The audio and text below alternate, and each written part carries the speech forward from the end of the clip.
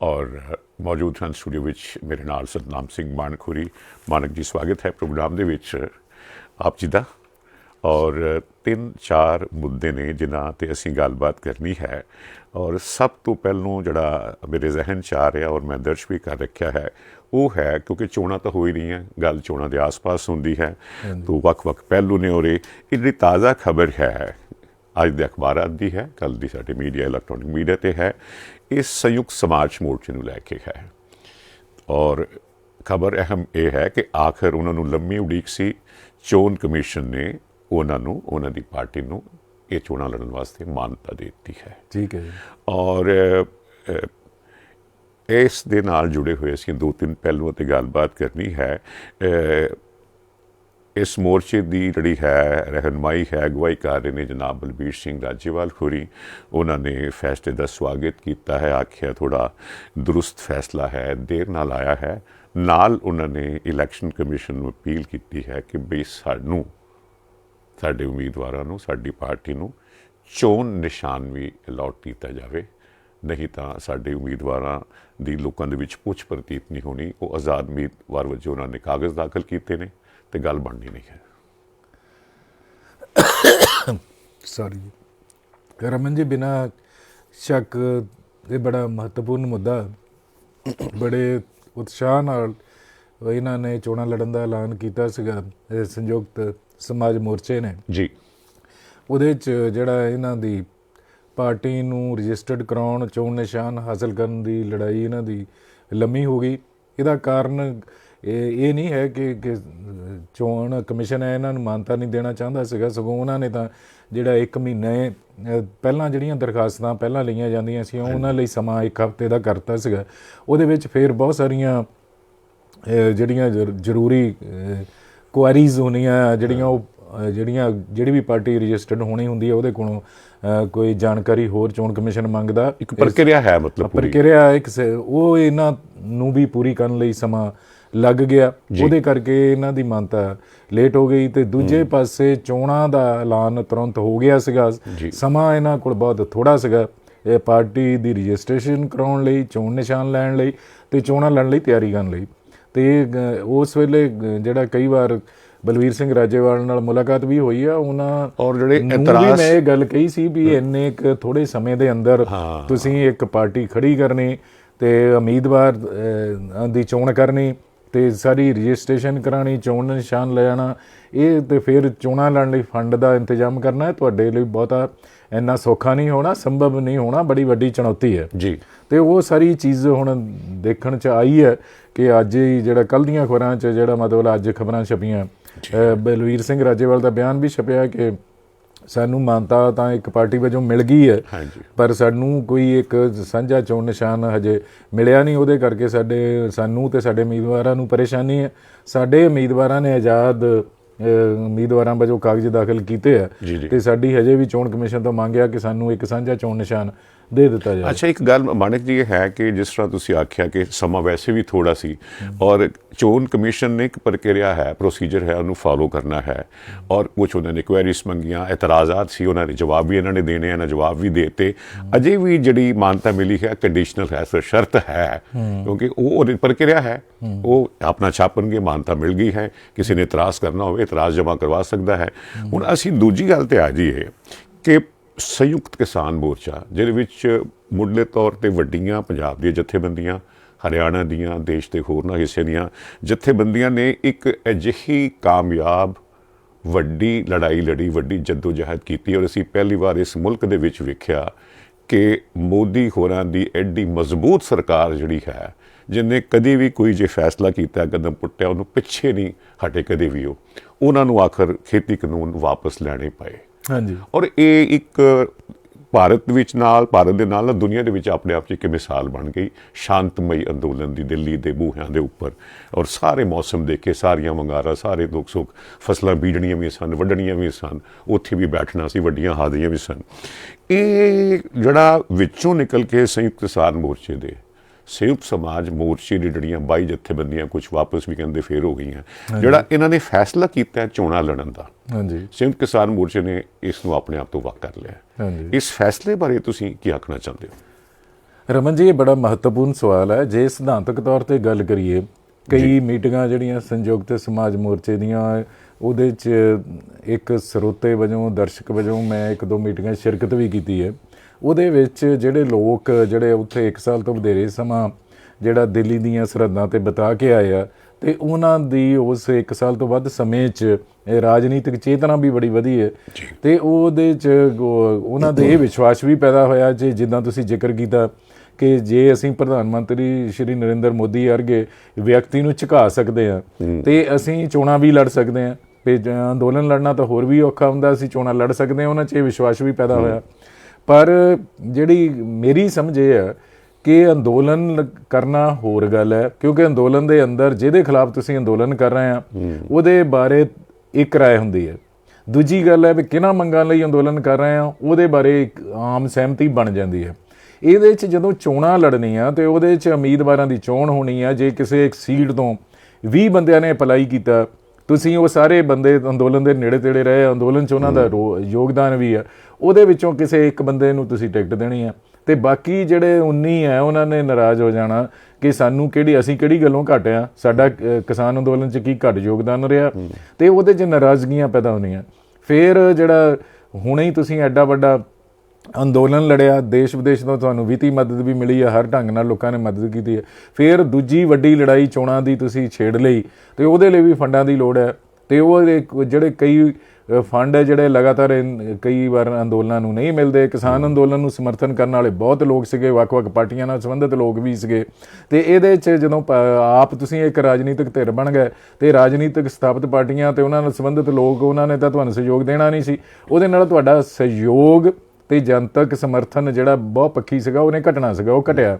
ਅਤੇ ਫੰਡਸ ਦੇ ਜਿਹੜੇ ਸਰੋਤ ਆ ਉਹ ਵੀ ਘਟਣੇ ਸੀਗੇ। ਅਤੇ ਅੱਗੇ ਜਿਹੜਾ ਤੁਹਾਡੇ ਕੋਲ ਸਮਾਂ ਬੜਾ ਘੱਟ ਸੀ ਸਾਰੀਆਂ ਚੀਜ਼ਾਂ ਲਈ, ਪਾਰਟੀ ਰਜਿਸਟਰਡ ਕਰਾਉਣ ਲਈ, ਉਮੀਦਵਾਰ ਛਾਂਟਣ ਲਈ, ਜਿਹੜਾ ਫੰਡਾਂ ਦਾ ਇੰਤਜ਼ਾਮ ਕਰਨ ਲਈ, ਚੋਣ ਮੈਨੀਫੈਸਟੋ ਤਿਆਰ ਕਰਨ ਲਈ, ਇਹ ਸਾਰੀਆਂ ਗੱਲਾਂ ਨੂੰ ਮੁੱਖ ਰੱਖ ਕੇ ਬਹੁਤ ਸਾਰੀਆਂ ਦਿੱਕਤਾਂ ਇਹਨਾਂ ਦੇ ਸਾਹਮਣੇ ਆ ਗਈਆਂ। ਫਿਰ ਰਮਨ ਜੀ, ਵੱਡੀ ਗੱਲ ਇਹ ਸੀ ਕਿ ਕਿਸਾਨ ਮੋਰਚਾ ਚਲਾਉਣ ਵਾਲੀਆਂ ਧਿਰਾਂ ਜਿਹੜੀਆਂ ਰਾਜਨੀਤਿਕ ਤੌਰ 'ਤੇ ਉਹਨਾਂ ਦੇ ਵੱਖ-ਵੱਖ ਵਿਚਾਰ ਸੀ। ਉਹਦੇ 'ਚ ਖੱਬੇ ਪੱਖੀ ਸੀਗੇ। ਖੱਬੇ ਪੱਖੀ ਉਹ 2 ਤਰ੍ਹਾਂ ਦੇ ਸੀਗੇ। ਇੱਕ ਤਾਂ ਖੱਬੇ ਪੱਖੀ ਜਿਹੜੇ ਚੋਣਾਂ ਲੜਦੇ ਆ, ਇੱਕ ਖੱਬੇ ਪੱਖੀ ਜਿਹੜੇ ਚੋਣਾਂ 'ਚ ਵਿਸ਼ਵਾਸ ਹੀ ਨਹੀਂ ਕਰਦੇ, ਜਿਹਦੇ 'ਚ ਜੋਗਿੰਦਰ ਸਿੰਘ ਹੋਰਾਂ ਉਹਨਾਂ ਦਾ ਸੰਗਠਨ ਸੀਗਾ। ਮੈਨੂੰ ਮੌਕਾ ਦਿਓ ਗੱਲ ਕਰਨ ਦਾ, ਸਿਰਫ ਇਸ ਮੁੱਦੇ 'ਤੇ ਗੱਲ ਆਖਰੀ ਕਰਕੇ ਅੱਗੇ ਵਧੀਏ ਸੀ। ਜਿਹੜੀ ਤੁਸੀਂ ਗੱਲ ਲੱਗੇ ਸੀ ਕਰਨ, ਇੱਕ ਤਾਂ ਪਹਿਲੂ ਇਹ ਹੈ ਆਪਣਾ ਰਾਜੇਵਾਲ ਹੋਰਾਂ ਦਾ, ਜਾਂ ਉਹਨਾਂ ਦੇ ਨਾਲ ਜਿਹਨਾਂ ਦੀ ਸੋਚ ਮਿਲੀ, ਉਹਨਾਂ ਨੇ ਫੈਸਲਾ ਕੀਤਾ ਉਹ ਇਹ ਕਿ ਬਈ ਜੇਕਰ ਅਸੀਂ ਆਪਣੇ ਹਿੱਤ ਵਿੱਚ, ਕਿਸਾਨੀ ਦੇ ਹਿੱਤ ਵਿੱਚ, ਲੋਕਾਂ ਦੇ ਹਿੱਤ ਵਿੱਚ ਫੈਸਲੇ ਕਰਨੇ ਤੇ ਬੜਾ ਜ਼ਰੂਰੀ ਹੈ, ਸਿਆਸਤ ਵਿੱਚ ਆਈਏ, ਸਰਕਾਰ ਚਾਹੀਏ। ਦੂਜਾ ਜਿਹੜੀ ਤੁਸੀਂ ਗੱਲ ਲੱਗੇ ਸੀ ਕਰਨ, ਉਗਰਾਹਾਂ ਸਾਹਿਬ ਦੀ, ਜਿਨ੍ਹਾਂ ਦੀ ਜਥੇਬੰਦੀ ਬੜੀ ਵੱਡੀ ਅਹਿਮ ਜਥੇਬੰਦੀ, ਔਰ ਟਿਕਰੀ ਦੇ ਵਿੱਚ ਸਾਰਾ ਉਹਨਾਂ ਦਾ ਮੋਰਚਾ ਆਪਣੇ ਲੈਵਲ 'ਤੇ ਬਹੁਤ ਵੱਡਾ ਸੀ। ਉਹ ਕਹਿੰਦੇ ਆ ਬਈ ਅਸੀਂ ਸਿਆਸਤ ਦੇ ਵਿੱਚ, ਅਸੀਂ ਮਤਲਬ ਇਲੈਕਸ਼ਨਾਂ ਦੇ ਵਿੱਚ ਹਿੱਸਾ ਨਹੀਂ ਲੈਣਾ, ਅਸੀਂ ਚੋਣਾਂ ਨਹੀਂ ਲੜਨੀਆਂ। ਜੇ ਅਸੀਂ ਇਨਸਾਫ ਮੰਗਣਾ ਲੋਕਾਂ ਵਾਸਤੇ, ਕਿਸਾਨੀ ਵਾਸਤੇ, ਇਸ ਦਾ ਰਸਤਾ ਜਿਹੜਾ ਹੈ ਜਦੋਜਹਿਦ ਹੈ, ਸੰਘਰਸ਼ ਹੈ, ਔਰ ਮੋਰਚੇ ਨੇ ਵਿਖਾਤਾ ਹੈ ਕਿ ਕਾਮਯਾਬੀ ਹਾਸਲ ਕਰਨੀ ਹੈ, ਜਦੋਜਹਿਦ ਦਾ ਜੇ ਮੁੱਲ ਪਵਾਉਣਾ ਤਾਂ ਇਹ ਰਸਤਾ ਅਸੈਂਬਲੀ 'ਚੋਂ ਪਾਰਲੀਮੈਂਟ ਨੂੰ ਜਾਂਦਾ, ਜਦੋਜਹਿਦ ਹੋ ਜਾਂਦਾ। ਤਾਂ ਇੱਕ ਬਹੁਤ ਵੱਡਾ ਸਿਧਾਂਤਕ ਮਤਭੇਦ ਹੈ। ਫਿਰ ਕਿਵੇਂ ਦੇਖਦੇ ਹੋ ਤੁਸੀਂ? ਇਹੀ ਰਮਨ ਜੀ ਮਹੱਤਵਪੂਰਨ ਗੱਲ ਹੈ ਜਿਹੜੀ ਮੈਂ ਗੱਲ ਕਰ ਰਿਹਾ ਸੀ। ਔਰ ਕੀ ਕੁਝ ਖੱਟ ਵੱਟ ਲੈਣਗੇ ਰਾਜੇਵਾਲ ਸਾਹਿਬ ਹੋਰੀ? ਹਾਂ ਜੀ, ਗੱਲ ਮੈਂ ਇਹੀ ਕਰ ਰਿਹਾ ਸੀਗਾ ਕਿ ਜਿਹੜਾ ਕਿਸਾਨ ਅੰਦੋਲਨ ਦੇ ਵਿੱਚ ਬਹੁਤ ਸਾਰੀਆਂ ਧਿਰਾਂ ਸੀਗੀਆਂ ਜਿਹੜੀਆਂ ਚੋਣਾਂ 'ਚ ਯਕੀਨ ਰੱਖਦੀਆਂ ਸੀ, ਚੋਣਾਂ ਲੜਨ 'ਚ ਜਿਹੜੀਆਂ ਚੋਣਾਂ ਲੜਨ 'ਚ ਯਕੀਨ ਨਹੀਂ ਰੱਖਦੀਆਂ। ਖੱਬੇ ਪੱਖੀ ਪਾਰਟੀਆਂ ਵੀ 2 ਤਰ੍ਹਾਂ ਦੀਆਂ ਸੀਗੀਆਂ। ਉਹਦੇ 'ਚ ਤੁਸੀਂ ਜ਼ਿਕਰ ਕੀਤਾ ਉਗਰਾਹਾਂ ਦੀ ਕਿਸਾਨ ਯੂਨੀਅਨ, ਜਿਹੜੀ ਚੋਣਾਂ ਲੜਨ 'ਚ ਯਕੀਨ ਹੀ ਨਹੀਂ ਰੱਖਦੀ। ਉਹ ਤਾਂ ਇਹ ਕਹਿੰਦੀ ਆਪਣਾ ਜਨਤਕ ਸੰਗਠਨ ਮਜ਼ਬੂਤ ਕਰੋ, ਇੱਕ ਦਬਾਅ ਗਰੁੱਪ ਬਣਾਓ, ਉਸ ਦਬਾਅ ਦੇ ਅਧੀਨ ਤੁਸੀਂ ਮੰਗਾਂ ਮਨਵਾ ਸਕਦੇ ਆ। ਅਸੈਂਬਲੀ ਦੇ ਮੈਂਬਰ ਬਣ ਕੇ ਜਾਂ ਲੋਕ ਸਭਾ ਦੇ ਮੈਂਬਰ ਬਣ ਕੇ ਤੁਸੀਂ ਇਹ ਜਿਹਾ ਨਹੀਂ ਕਰ ਸਕਦੇ, ਉਹਨਾਂ ਦਾ ਵਿਸ਼ਵਾਸ ਹੈ। ਦੂਜੇ ਪਾਸੇ ਜਿਹੜੇ ਚੋਣਾਂ ਲੜਨ 'ਚ ਯਕੀਨ ਰੱਖਦੇ ਸੀ, ਜਿਹੜੇ ਰਾਜੇਵਾਲ ਨਾਲ ਆ ਗਏ, ਸੰਯੁਕਤ ਸਮਾਜ ਮੋਰਚਾ ਦਾ ਹਿੱਸਾ ਬਣ ਗਏ, ਬਾਅਦ 'ਚ ਉਹ ਜਿਹੜੇ ਕਿਸਾਨ ਸੰਗਠਨ ਦੇ ਵਿੱਚ ਹੀ ਜਿਹੜੇ ਕੰਮ ਕਰ ਰਹੇ ਸੀ, ਉਹਨਾਂ ਦੀਆਂ ਕਿਸਾਨ ਯੂਨੀਅਨਾਂ ਵੀ ਸੀ। ਅਸਲ 'ਚ ਉਹਨਾਂ ਦਾ ਜਿਹੜਾ ਸੰਬੰਧ ਸੀਗਾ CPI ਨਾਲ ਸੀ, CPM ਨਾਲ ਸੀ, CPI ML ਨਾਲ ਸੀਗਾ। ਉਹ ਪਾਰਟੀਆਂ ਰਜਿਸਟਰਡ ਪਾਰਟੀਆਂ, ਉਹਨਾਂ ਦੇ ਆਪੋ ਆਪਣੇ ਚੋਣ ਨਿਸ਼ਾਨ ਆ। ਅਤੇ ਜਦੋਂ ਚੋਣਾਂ ਲੜਨ ਦੀ ਗੱਲ ਆਈ, ਚੋਣ ਨਿਸ਼ਾਨ ਦੀ ਗੱਲ ਆਈ, ਅਤੇ ਉਹਨਾਂ ਦੀਆਂ ਪਾਰਟੀਆਂ ਨੇ ਹੁਕਮ ਦੇ ਦਿੱਤੇ ਕਿ ਤੁਸੀਂ ਆਪੋ ਆਪਣੇ ਚੋਣ ਨਿਸ਼ਾਨਾਂ 'ਤੇ ਚੋਣਾਂ ਲੜੋ। ਅਤੇ ਕਿਉਂਕਿ ਕੌਮੀ ਪੱਧਰ 'ਤੇ, ਰਾਜਾਂ ਦੀ ਪੱਧਰ 'ਤੇ ਜਿਹੜੀਆਂ ਕਮਿਊਨਿਸਟ ਪਾਰਟੀਆਂ, ਉਹਨਾਂ ਦਾ ਦੇਸ਼ 'ਚੋਂ ਸਮਰਥਨ ਘੱਟ ਰਿਹਾ, ਤੇ ਉਹਨਾਂ ਨੂੰ ਵੋਟ ਪ੍ਰਤੀਸ਼ਤਤਾ ਚਾਹੀਦੀ ਹੁੰਦੀ ਹੈ ਆਪਣੀ ਕੌਮੀ ਪੱਧਰ ਤੇ ਰਜਿਸਟ੍ਰੇਸ਼ਨ ਮਾਨਤਾ ਨੂੰ ਬਚਾਈ ਰੱਖਣ ਲਈ। ਤੇ ਜੇ ਉਹਨਾਂ ਦੇ ਪੰਜਾਬ 'ਚ ਜਿਹੜੇ ਉਹਨਾਂ ਨਾਲ ਸੰਬੰਧਿਤ ਲੀਡਰ ਹੈ ਜਾਂ ਸੰਗਠਨ ਹੈ, ਉਹ ਜੇ ਚੋਣਾਂ ਲੜਦੇ ਆ ਸੰਯੁਕਤ ਸਮਾਜ ਮੋਰਚੇ ਦੇ ਪਲੇਟਫਾਰਮ ਹੇਠ, ਜੇ ਹਜੇ ਤਾਂ ਚੋਣ ਨਿਸ਼ਾਨ ਉਹਨਾਂ ਨੂੰ ਮਿਲਿਆ ਨਹੀਂ, ਮਤਲਬ ਜੇ ਮਿਲ ਜਾਂਦਾ ਉਹਨਾਂ ਨੂੰ, ਸੰਯੁਕਤ ਸਮਾਜ ਮੋਰਚੇ ਨੂੰ ਕੋਈ ਆਪਣਾ ਚੋਣ ਨਿਸ਼ਾਨ ਮਿਲ ਜਾਂਦਾ, ਤੇ CPI CPM ਦੀ ਜਿਹੜੀ ਕੇਂਦਰੀ ਲੀਡਰਸ਼ਿਪ ਸੀਗੀ ਉਹ ਨਹੀਂ ਚਾਹੁੰਦੀ ਸੀਗੀ ਕਿ ਉਹਨਾਂ ਦੇ ਜਿਹੜੀ ਪਾਰਟੀ ਨਾਲ ਸੰਬੰਧਿਤ ਲੋਕ ਜਿਹੜੇ ਆ ਸੰਯੁਕਤ ਸਮਾਜ ਮੋਰਚਾ ਦੇ ਚੋਣ ਨਿਸ਼ਾਨ ਤੇ ਚੋਣਾਂ ਲੜਨ। ਉਹ ਚਾਹੁੰਦੇ ਸੀ ਕਿ ਪਾਰਟੀ ਚੋਣ ਨਿਸ਼ਾਨ ਤੇ ਚੋਣਾਂ ਲੜੀਆਂ ਜਾਣ ਤਾਂ ਕਿ ਸਾਨੂੰ ਵੋਟ ਪ੍ਰਤੀਸ਼ਤਤਾ ਮਿਲੇ, ਸਾਡੀ ਕੌਮੀ ਪੱਧਰ ਤੇ ਮਾਨਤਾ ਕਹਿਣਾ। ਰਾਜੇਵਾਲ ਸਾਹਿਬ ਬਾਰੇ ਦੱਸੋ ਕਿ ਕੁਝ ਖਟਵਟ ਲੈਣਗੇ ਕੁਝ ਉਹਦੇ 'ਚ ਜੀ ਗੱਲ ਰਮਨ ਜੀ ਇਹ ਆਉਂਦੀ ਹੈ ਕਿ ਮੈਂ ਕਿਸਾਨ ਅੰਦੋਲਨ ਦਾ ਵੱਡੀ ਪੱਧਰ ਤੇ ਸਮਰਥਨ ਕੀਤਾ ਸ਼ੁਰੂ ਤੋਂ, ਜਦ ਤੋਂ ਸ਼ੁਰੂ ਹੋਇਆ। ਤੇ ਉਹਦੇ 'ਚ ਮੈਂ ਤਾਂ ਜਿਹੜਾ ਲਿਖਿਆ ਤਾਂ ਜੋ ਲਿਖਿਆ ਹੀ ਹੈ, ਨਿੱਜੀ ਤੌਰ ਤੇ ਮੈਂ ਕੁਝ ਗੀਤ ਰਿਕਾਰਡ ਕਰਕੇ ਵੀ ਕਿਸਾਨ ਅੰਦੋਲਨ ਦੇ ਹੱਕ 'ਚ ਪੁਆਏ। ਠੀਕ ਹੈ ਜੀ। ਉਹਦੇ ਇਸ ਕਰਕੇ ਮੈਂ ਜਜ਼ਬਾਤੀ ਤੌਰ ਤੇ ਕਿਸਾਨ ਅੰਦੋਲਨ ਨਾਲ ਜੁੜਿਆ, ਪਰ ਮੈਨੂੰ ਇਹਦੇ ਚੋਂ ਕੋਈ ਬਹੁਤੀ ਆਸ ਨਜ਼ਰ ਨਹੀਂ ਆਉਂਦੀ ਕਿ ਸੰਯੁਕਤ ਸਮਾਜ ਮੋਰਚਾ ਜਿਹੜਾ ਚੋਣਾਂ ਲੜ ਰਿਹਾ ਇਹਨੂੰ ਬਹੁਤ ਜ਼ਿਆਦਾ ਸੀਟਾਂ ਮਿਲ ਜਾਣਗੀਆਂ। ਜਿਸ ਤਰ੍ਹਾਂ ਦੀਆਂ ਇਸ ਵੇਲੇ 5 ਧਿਰਾਂ ਤੋਂ ਵੀ ਜ਼ਿਆਦਾ ਚੋਣਾਂ ਲੜ ਰਹੀਆਂ, ਵੱਖ-ਵੱਖ ਹਲਕਿਆਂ ਦੇ ਸਮੀਕਰਨ ਜਿਹੜੇ ਕਿਸ ਤਰ੍ਹਾਂ ਦੇ ਬਣਦੇ ਆ, ਉਹਦੇ 'ਚ ਕਿਹੜਾ ਉਮੀਦਵਾਰ ਹੈ ਜਿਹਦੇ ਕੋਈ ਨਿੱਜੀ ਤੌਰ ਤੇ 5-10 ਹਜ਼ਾਰ 20 ਹਜ਼ਾਰ ਵੋਟ ਆਪਣੇ ਆ, ਤੇ ਕੁਛ ਜਿਹੜੇ ਆ ਉਹਨੂੰ ਹੋਰ ਕੋਸ਼ਿਸ਼ ਕਰਕੇ ਵੋਟ ਮਿਲ ਜਾਂਦੇ ਆ। ਇਸ ਤਰ੍ਹਾਂ ਦੇ ਕੋਈ ਮੌਕਾ ਮੇਲ ਬਣ ਕੇ ਸੰਯੁਕਤ ਸਮਾਜ ਮੋਰਚੇ ਨੂੰ ਕੋਈ ਸੀਟਾਂ ਮਿਲ ਜਾਂਦੀਆਂ ਵੱਖਰੀ ਗੱਲ ਹੈ, ਬਾਕੀ ਕੋਈ ਬਹੁਤੀ ਵੱਡੀ ਜਿਹੜੀ ਆ ਹਾਜ਼ਰੀ ਜਿਹੜੀ ਹੈ ਬਹੁਤ ਵੱਡੀ ਪ੍ਰਾਪਤੀ ਇਹਨਾਂ 2022 ਦੀਆਂ ਚੋਣਾਂ 'ਚ ਸੰਯੁਕਤ ਸਮਾਜ ਮੋਰਚਾ ਕਰਦਾ ਮੈਨੂੰ ਨਜ਼ਰ ਨਹੀਂ ਆਉਂਦਾ। ਤੇ ਜੇ ਬਾਕੀ ਸਿਧਾਂਤਕ ਤੌਰ ਤੇ ਕੋਈ ਵੀ ਚੋਣ ਲੜ ਸਕਦਾ, ਉਹਨਾਂ ਦਾ ਹੱਕ ਆ, ਪਰ ਚੋਣਾਂ ਲੜਨ ਲਈ ਜਿਹੜੀਆਂ ਪਾਰਟੀਆਂ ਬਣਾਉਣੀਆਂ, ਉਮੀਦਵਾਰ ਛੱਡਣੇ, ਪ੍ਰੋਗਰਾਮ ਥੋੜੇ ਸਮੇਂ ਦੇ ਵਿੱਚ ਬਣਾਉਣੇ, ਇਹ ਇੰਨਾ ਥੋੜੇ ਜਿਹੇ ਸਮੇਂ 'ਚ ਸੰਭਵ ਨਹੀਂ। ਕਾਲ 'ਚ ਲਿੱਤਾ ਗਿਆ ਫੈਸਲਾ ਲੱਗਦਾ ਹੈ ਜਿਵੇਂ ਆਪ ਜੀ ਫਰਮਾ ਰਹੇ ਨੇ, ਔਰ ਉਹ ਜਿਹੜਾ ਇੱਕ ਹਿਊਜ ਇੱਕ ਪ੍ਰੈਸ਼ਰ ਗਰੁੱਪ ਜਿਹੜੀ ਗੱਲ ਚੱਲਦੀ ਪਈ ਹੈ, ਕਿਉਂਕਿ ਕਿਸਾਨ ਦੀ ਜਦੋਜਹਿਦ ਅਜੇ ਮੁੱਕੀ ਨਹੀਂ ਹੈ। ਹਾਂ ਬਿਲਕੁਲ ਰਮਨ ਜੀ, ਉਹ ਤੁਸੀਂ ਗੱਲ ਕਹੀ ਵੀ ਹੈ ਕਿ ਜਿਹੜਾ ਹਜੇ ਸਿਰਫ ਕਾਨੂੰਨ ਵਾਪਸ ਹੋਇਆ, ਇਹਨਾਂ ਦੀ ਵੱਡੀ ਮੰਗ ਸੀ 23 ਫਸਲਾਂ ਸਮਰਥਨ ਮੁੱਲ ਤੇ ਖਰੀਦੀਆਂ ਜਾਣ, ਕਮੇਟੀ ਵੀ ਨਹੀਂ ਬੈਠੀ, ਖਰੀਦਦਾਰ ਚਾਹੇ ਸਰਕਾਰੀ ਹੋਵੇ ਗੈਰ ਸਰਕਾਰੀ ਹੋਵੇ ਸਮਰਥਨ ਮੁੱਲ ਯਕੀਨੀ ਬਣਾਇਆ ਜਾਵੇ, ਉਹ ਨਹੀਂ ਹੋਇਆ। ਫਿਰ ਇਹ ਜਿਹੜੇ 700 ਕਿਸਾਨ ਮਾਰੇ ਗਏ ਉਹਨਾਂ ਲਈ ਮੁਆਵਜ਼ਾ ਮੰਗਦੇ ਸੀ, ਉਹ ਨਹੀਂ ਹੋਇਆ। ਫਿਰ ਜਿਹੜੇ ਪਰਚੇ ਦਰਜ ਆ, ਕੱਲੇ ਖਬਰ ਆਈ ਸੀ ਕਿ 40-45 ਹਜ਼ਾਰ ਕੇਸ ਤਾਂ ਕੱਲੇ ਹਰਿਆਣੇ 'ਚ ਹੀ ਦਰਜ ਹੈ ਛੋਟੇ ਜਿਹੇ ਰਾਜ 'ਚ, ਤੇ ਉਹ ਹਜੇ ਨਾ ਉੱਤਰ ਪ੍ਰਦੇਸ਼ 'ਚ ਵਾਪਸ ਹੋਇਆ, ਨਾ ਉੱਤਰਾਖੰਡ 'ਚ ਵਾਪਸ ਹੋਇਆ, ਨਾ ਹਜੇ ਹਰਿਆਣੇ 'ਚ ਹੋਇਆ, ਤੇ ਪੰਜਾਬ 'ਚ ਵੀ ਹਜੇ ਮੁਕੰਮਲ ਤੌਰ ਤੇ ਵਾਪਸ ਨਹੀਂ ਹੋਏ। ਉਹ ਮੁੱਦਾ ਪਿਆ। ਤੇ ਖੇਤੀ ਦਾ ਜਿੱਦਾਂ ਤੁਸੀਂ ਕਈ ਵਾਰ ਕਿਹਾ ਕਿ ਕਿਸਾਨ ਅੰਦੋਲਨ ਨਾਲ ਤੋਂ ਇਲਾਵਾ ਜਿਹੜੀਆਂ ਮੰਗਾਂ ਉਹ ਉਠਾ ਰਿਹਾ, ਖੇਤੀ ਦਾ ਘਾਟੇਬੰਦੀ ਰਹਿਣਾ, ਪੀੜ੍ਹੀ ਦਰ ਪੀੜ੍ਹੀ ਜ਼ਮੀਨ ਵੰਡੀ ਜਾਣਾ, ਤੇ ਹੋਰ ਜਿਹੜੇ ਖੇਤੀ ਨਾਲ ਜੁੜੇ ਹੋਏ ਮਸਲੇ ਆ ਉਹ ਆਪਣੀ ਥਾਂ ਤੇ ਖੜੇ ਆ। ਸੋ ਹਜੇ ਇਸ ਕਿੰਨਾ ਕੁਝ ਹੈ ਜਿਹੜਾ ਅਜੇ ਕਰਨ ਵਾਲਾ ਪਿਆ, ਅਜੇ ਤਾਂ ਸਿਰਫ ਕਾਨੂੰਨ ਵਾਪਸ ਹੋਏ ਸੀ, ਬਾਕੀ ਤੇ ਸਾਰੇ ਹੀ ਮੁੱਦੇ ਉੱਥੇ ਫਿਰ ਜਿਹੜੀ ਸਰਕਾਰ ਨੇ ਜਿਹੜੀ ਆ ਉਹ ਕਾਨੂੰਨ ਵਾਪਸ ਲੈਣ ਦਾ ਤਾਂ ਐਲਾਨ ਕਰਤਾ। ਉਹ ਤੋਂ ਬਾਅਦ ਇਹਨਾਂ ਕਿਹਾ ਸੀ ਅਸੀਂ ਇੱਕ ਕਮੇਟੀ ਬਣਾਵਾਂਗੇ ਸਮਰਥਨ ਮੁੱਲ ਤੇ ਹੋਰ ਖੇਤੀ ਮੰਗਾਂ ਬਾਰੇ ਵਿਚਾਰ ਕਰਨ ਲਈ। ਉਹ ਕੇਂਦਰ ਸਰਕਾਰ ਨੇ ਕੋਈ ਕਮੇਟੀ ਨਹੀਂ ਬਣਾਈ, ਇਸ ਕਰਕੇ 31 ਜਨਵਰੀ ਨੂੰ ਇਹਨਾਂ ਨੂੰ ਫੇਰ ਵਿਖਾਵੇ ਕਰਨੇ ਪਏ। ਉਹ ਗੱਲ ਹਜੇ ਵਿੱਚ ਵਿਚਾਲੇ ਪਈ। ਇਹ ਵੀ ਹੈ ਸੱਚ ਗੱਲ ਨਾਲ ਜੋੜਨੀ ਬਣਦੀ ਹੈ ਮਾਨਕ ਸਾਹਿਬ ਕਿ ਜਿਹੜੀ ਕਿਉਂਕਿ ਸੰਯੁਕਤ ਸਮਾਜ ਮੋਰਚਾ ਤੇ ਸੰਯੁਕਤ ਕਿਸਾਨ ਮੋਰਚੇ ਤੋਂ ਇਲੈਕਸ਼ਨ ਕਰਕੇ ਵੱਖਰਾ ਹੋ ਗਿਆ, ਹੁਣ ਉਹਦੀ ਮੀਟਿੰਗ ਵੀ ਹੋਣ ਜਾ ਰਹੀ ਹੈ ਸੰਯੁਕਤ ਕਿਸਾਨ ਮੋਰਚੇ ਦੀ ਕਿ ਕੀ ਉਹਨਾਂ ਨੇ ਸਟੈਂਡ ਲੈਣਾ ਹੈ ਇਲੈਕਸ਼ਨਸ ਨੂੰ ਲੈ ਕੇ, ਵੋਟ ਕੀ ਚੋਟ ਦੀ ਗੱਲ ਕਰਦੇ ਪਏ, ਦੱਸੋ ਕੀ ਹੈ। ਅੱਜ ਰਮਨ ਜੀ ਉਹ ਕੱਲ ਉਹਨਾਂ ਨੇ ਆਨਲਾਈਨ ਆਪਣੀ ਮੀਟਿੰਗ ਕਰ ਲਈ ਹੈ, ਲਗਭਗ 15 ਜਥੇਬੰਦੀਆਂ ਨੇ ਆਨਲਾਈਨ ਮੀਟਿੰਗ ਕੀਤੀ ਹੈ ਭਾਰਤ ਪੱਧਰ ਤੇ ਕੌਮੀ ਪੱਧਰ ਤੇ। ਉਹਨਾਂ ਨੇ ਅੱਜ ਆਪਣਾ ਪ੍ਰੋਗਰਾਮ ਐਲਾਨਣਾ, ਅੱਜ 3 ਫਰਵਰੀ ਨੂੰ ਉਹ ਮੀਟਿੰਗ ਕਰਕੇ ਆਪਣੀ ਪ੍ਰੈਸ ਕਾਨਫਰੰਸ ਕਰਕੇ ਜਾਂ ਕਿਸੇ ਵੀ ਢੰਗ ਨਾਲ ਉਹ ਆਪਣੀ ਜਾਣਕਾਰੀ ਦੇਣਗੇ ਕਿ ਉਹਨਾਂ ਨੇ ਭਾਰਤੀ ਜਨਤਾ ਪਾਰਟੀ ਤੇ ਕੇਂਦਰੀ ਸਰਕਾਰ ਦੇ ਪ੍ਰਤੀ ਇਹਨਾਂ ਚੋਣਾਂ 'ਚ ਕੀ ਰੁਖ ਅਖਤਿਆਰ ਕਰਨਾ। ਤੇ ਜਿਹੜੀਆਂ ਸੂਤਰਾਂ ਤੋਂ ਇਹ ਖਬਰਾਂ ਮਿਲ ਰਹੀਆਂ ਕਿ ਜਿੱਦਾਂ ਉਹ ਨਾਅਰਾ ਪਹਿਲਾਂ ਵੀ ਕਿਸਾਨ ਦਿੰਦੇ ਆ ਰਹੇ ਕਿ ਵੋਟ ਦੀ ਚੋਟ ਦੇ ਪ੍ਰੋਗਰਾਮ ਦਾ ਉਹ ਐਲਾਨ ਕਰ ਸਕਦੇ ਆ ਕਿ ਇਹਨਾਂ ਚੋਣਾਂ 'ਚ ਭਾਜਪਾ ਦਾ ਵਿਰੋਧ ਕੀਤਾ ਜਾਏ। ਜੀ ਤੁਸੀਂ ਅਜੀਤ ਵੈਬ TV ਦੇ ਨਾਲ ਜੁੜੇ ਰਹਿਣਾ ਹੈ, ਪ੍ਰੋਗਰਾਮ ਲਾਈਵ ਚੱਲ ਰਿਹਾ ਹੈ, ਅਸੀਂ ਸਟੂਡੀਓ 'ਚ ਬੈਠੇ ਹਾਂ, ਤੁਸੀਂ ਘਰਾਂ 'ਚ ਥਾਂ ਬੈਠੇ ਕਿਤੇ ਵੀ ਬੈਠੇ ਦੇਖ ਰਹੇ ਹੋ। ਔਰ ਉਹਦੇ 'ਚ ਗੱਲ ਵੀ ਕਹਿਣ ਦੀ ਹੈ ਜਿਹੜੀ ਆਪ ਜੀ ਨੇ ਗੱਲ ਕੀਤੀ ਹੈ, ਜਿਹੜਾ ਇੱਕ ਐਲਾਨ ਰਸਮੀ ਤੌਰ 'ਤੇ ਹੋਣਾ ਹੈ ਸੰਯੁਕਤ ਕਿਸਾਨ ਮੋਰਚੇ ਵੱਲੋਂ, ਉਹ ਜ਼ਿਆਦਾ ਤੌਰ 'ਤੇ ਤੁਹਾਨੂੰ ਸਾਡੇ ਚੈਨਲ ਤੋਂ, ਕਿਉਂਕਿ ਅਸੀਂ ਅਪਡੇਟਸ ਦਿੰਦੇ ਰਹਿੰਦੇ ਹਾਂ, ਉਹ ਤੁਹਾਨੂੰ ਮਿਲ ਜਾਏਗਾ। ਅਸੀਂ ਅਗਲੀ ਖਬਰ ਵੱਲ ਵਧਣਾ ਹੈ, ਚੋਣਾਂ ਦੇ ਨਾਲ ਜੁੜੀ ਹੋਈ ਹੈ, ਜਾਖੜ ਸਾਹਿਬ ਨੂੰ ਲੈ ਕੇ ਹੈ, ਇੰਡਾਇਰੈਕਟਲੀ ਕਹਿ ਲਓ ਜੁੜੀ ਹੋਈ ਹੈ, ਡਾਇਰੈਕਟਲੀ ਨਹੀਂ ਜੁੜੀ ਹੋਈ ਹੈ ਕਿ ਜਾਖੜ ਸਾਹਿਬ ਦਾ ਇੱਕ ਤਾਜ਼ਾ ਬਿਆਨ ਹੈ ਮਾਨਕ ਸਾਹਿਬ ਕਿ ਉਹਨਾਂ ਨੇ ਕੱਲ੍ਹ ਫਰਮਾਇਆ ਹੈ ਕਿ ਮਤਲਬ ਕਾਂਗਰਸ ਦੇ ਵਿੱਚੋਂ ਕੋਈ ਰੋਜ਼ ਨਵੀਂ ਅਜਿਹੀ ਖਬਰ ਨਿਕਲ ਕੇ ਆਉਂਦੀ ਹੈ ਜਿਹੜੀ ਅੰਦਰੂਨੀ ਤੌਰ ਤੇ ਕਾਂਗਰਸ ਵਾਸਤੇ ਇੱਕ ਵੰਗਾਰ ਪੈਦਾ ਕਰਦੀ ਹੈ ਜੀ। ਸਮੂਥ ਪੈਸੇਜ ਹੈ ਨਹੀਂ ਇਲੈਕਸ਼ਨਾਂ ਵੱਲ ਵਧਦਿਆਂ ਹੋਇਆ। ਉਹ ਕਹਿੰਦੇ ਆ ਵੀ ਜਦੋਂ ਕੈਪਟਨ ਸਾਹਿਬ ਨੂੰ ਗੱਦੀਆਂ ਲਾਇਆ ਹੈ ਜੀ, ਤੇ ਇਨਰ ਵੋਟਿੰਗ ਕਰਵਾਈ ਗਈ ਹਾਈ ਕਮਾਨ ਵੱਲੋਂ, ਵਿਧਾਇਕਾਂ ਦੀ ਵੋਟਿੰਗ ਕਰਵਾਈ ਗਈ, ਤੇ ਸਭ ਤੋਂ ਜ਼ਿਆਦਾ ਵੋਟ ਜਿਹੜੇ ਨੇ ਉਹ ਸੁਨੀਲ ਜਾਖੜ ਨੂੰ ਮੈਨੂੰ ਮਿਲੇ। ਕਹਿੰਦੇ 42 ਵਿਧਾਇਕਾਂ ਨੇ ਕਿਹਾ ਵੀ ਇਹ ਸੀਐਮ ਖਰਾ ਸਾਡੇ ਲਈ।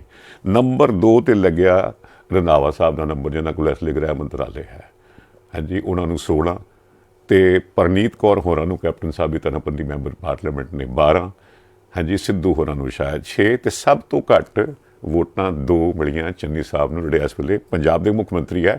ਉਹਨਾਂ ਦੇ ਇਸ ਮਕਾਮ ਤੇ ਇਸ ਬਿਆਨ ਨੂੰ ਕਿਵੇਂ ਵੇਖਦੇ ਹੋ?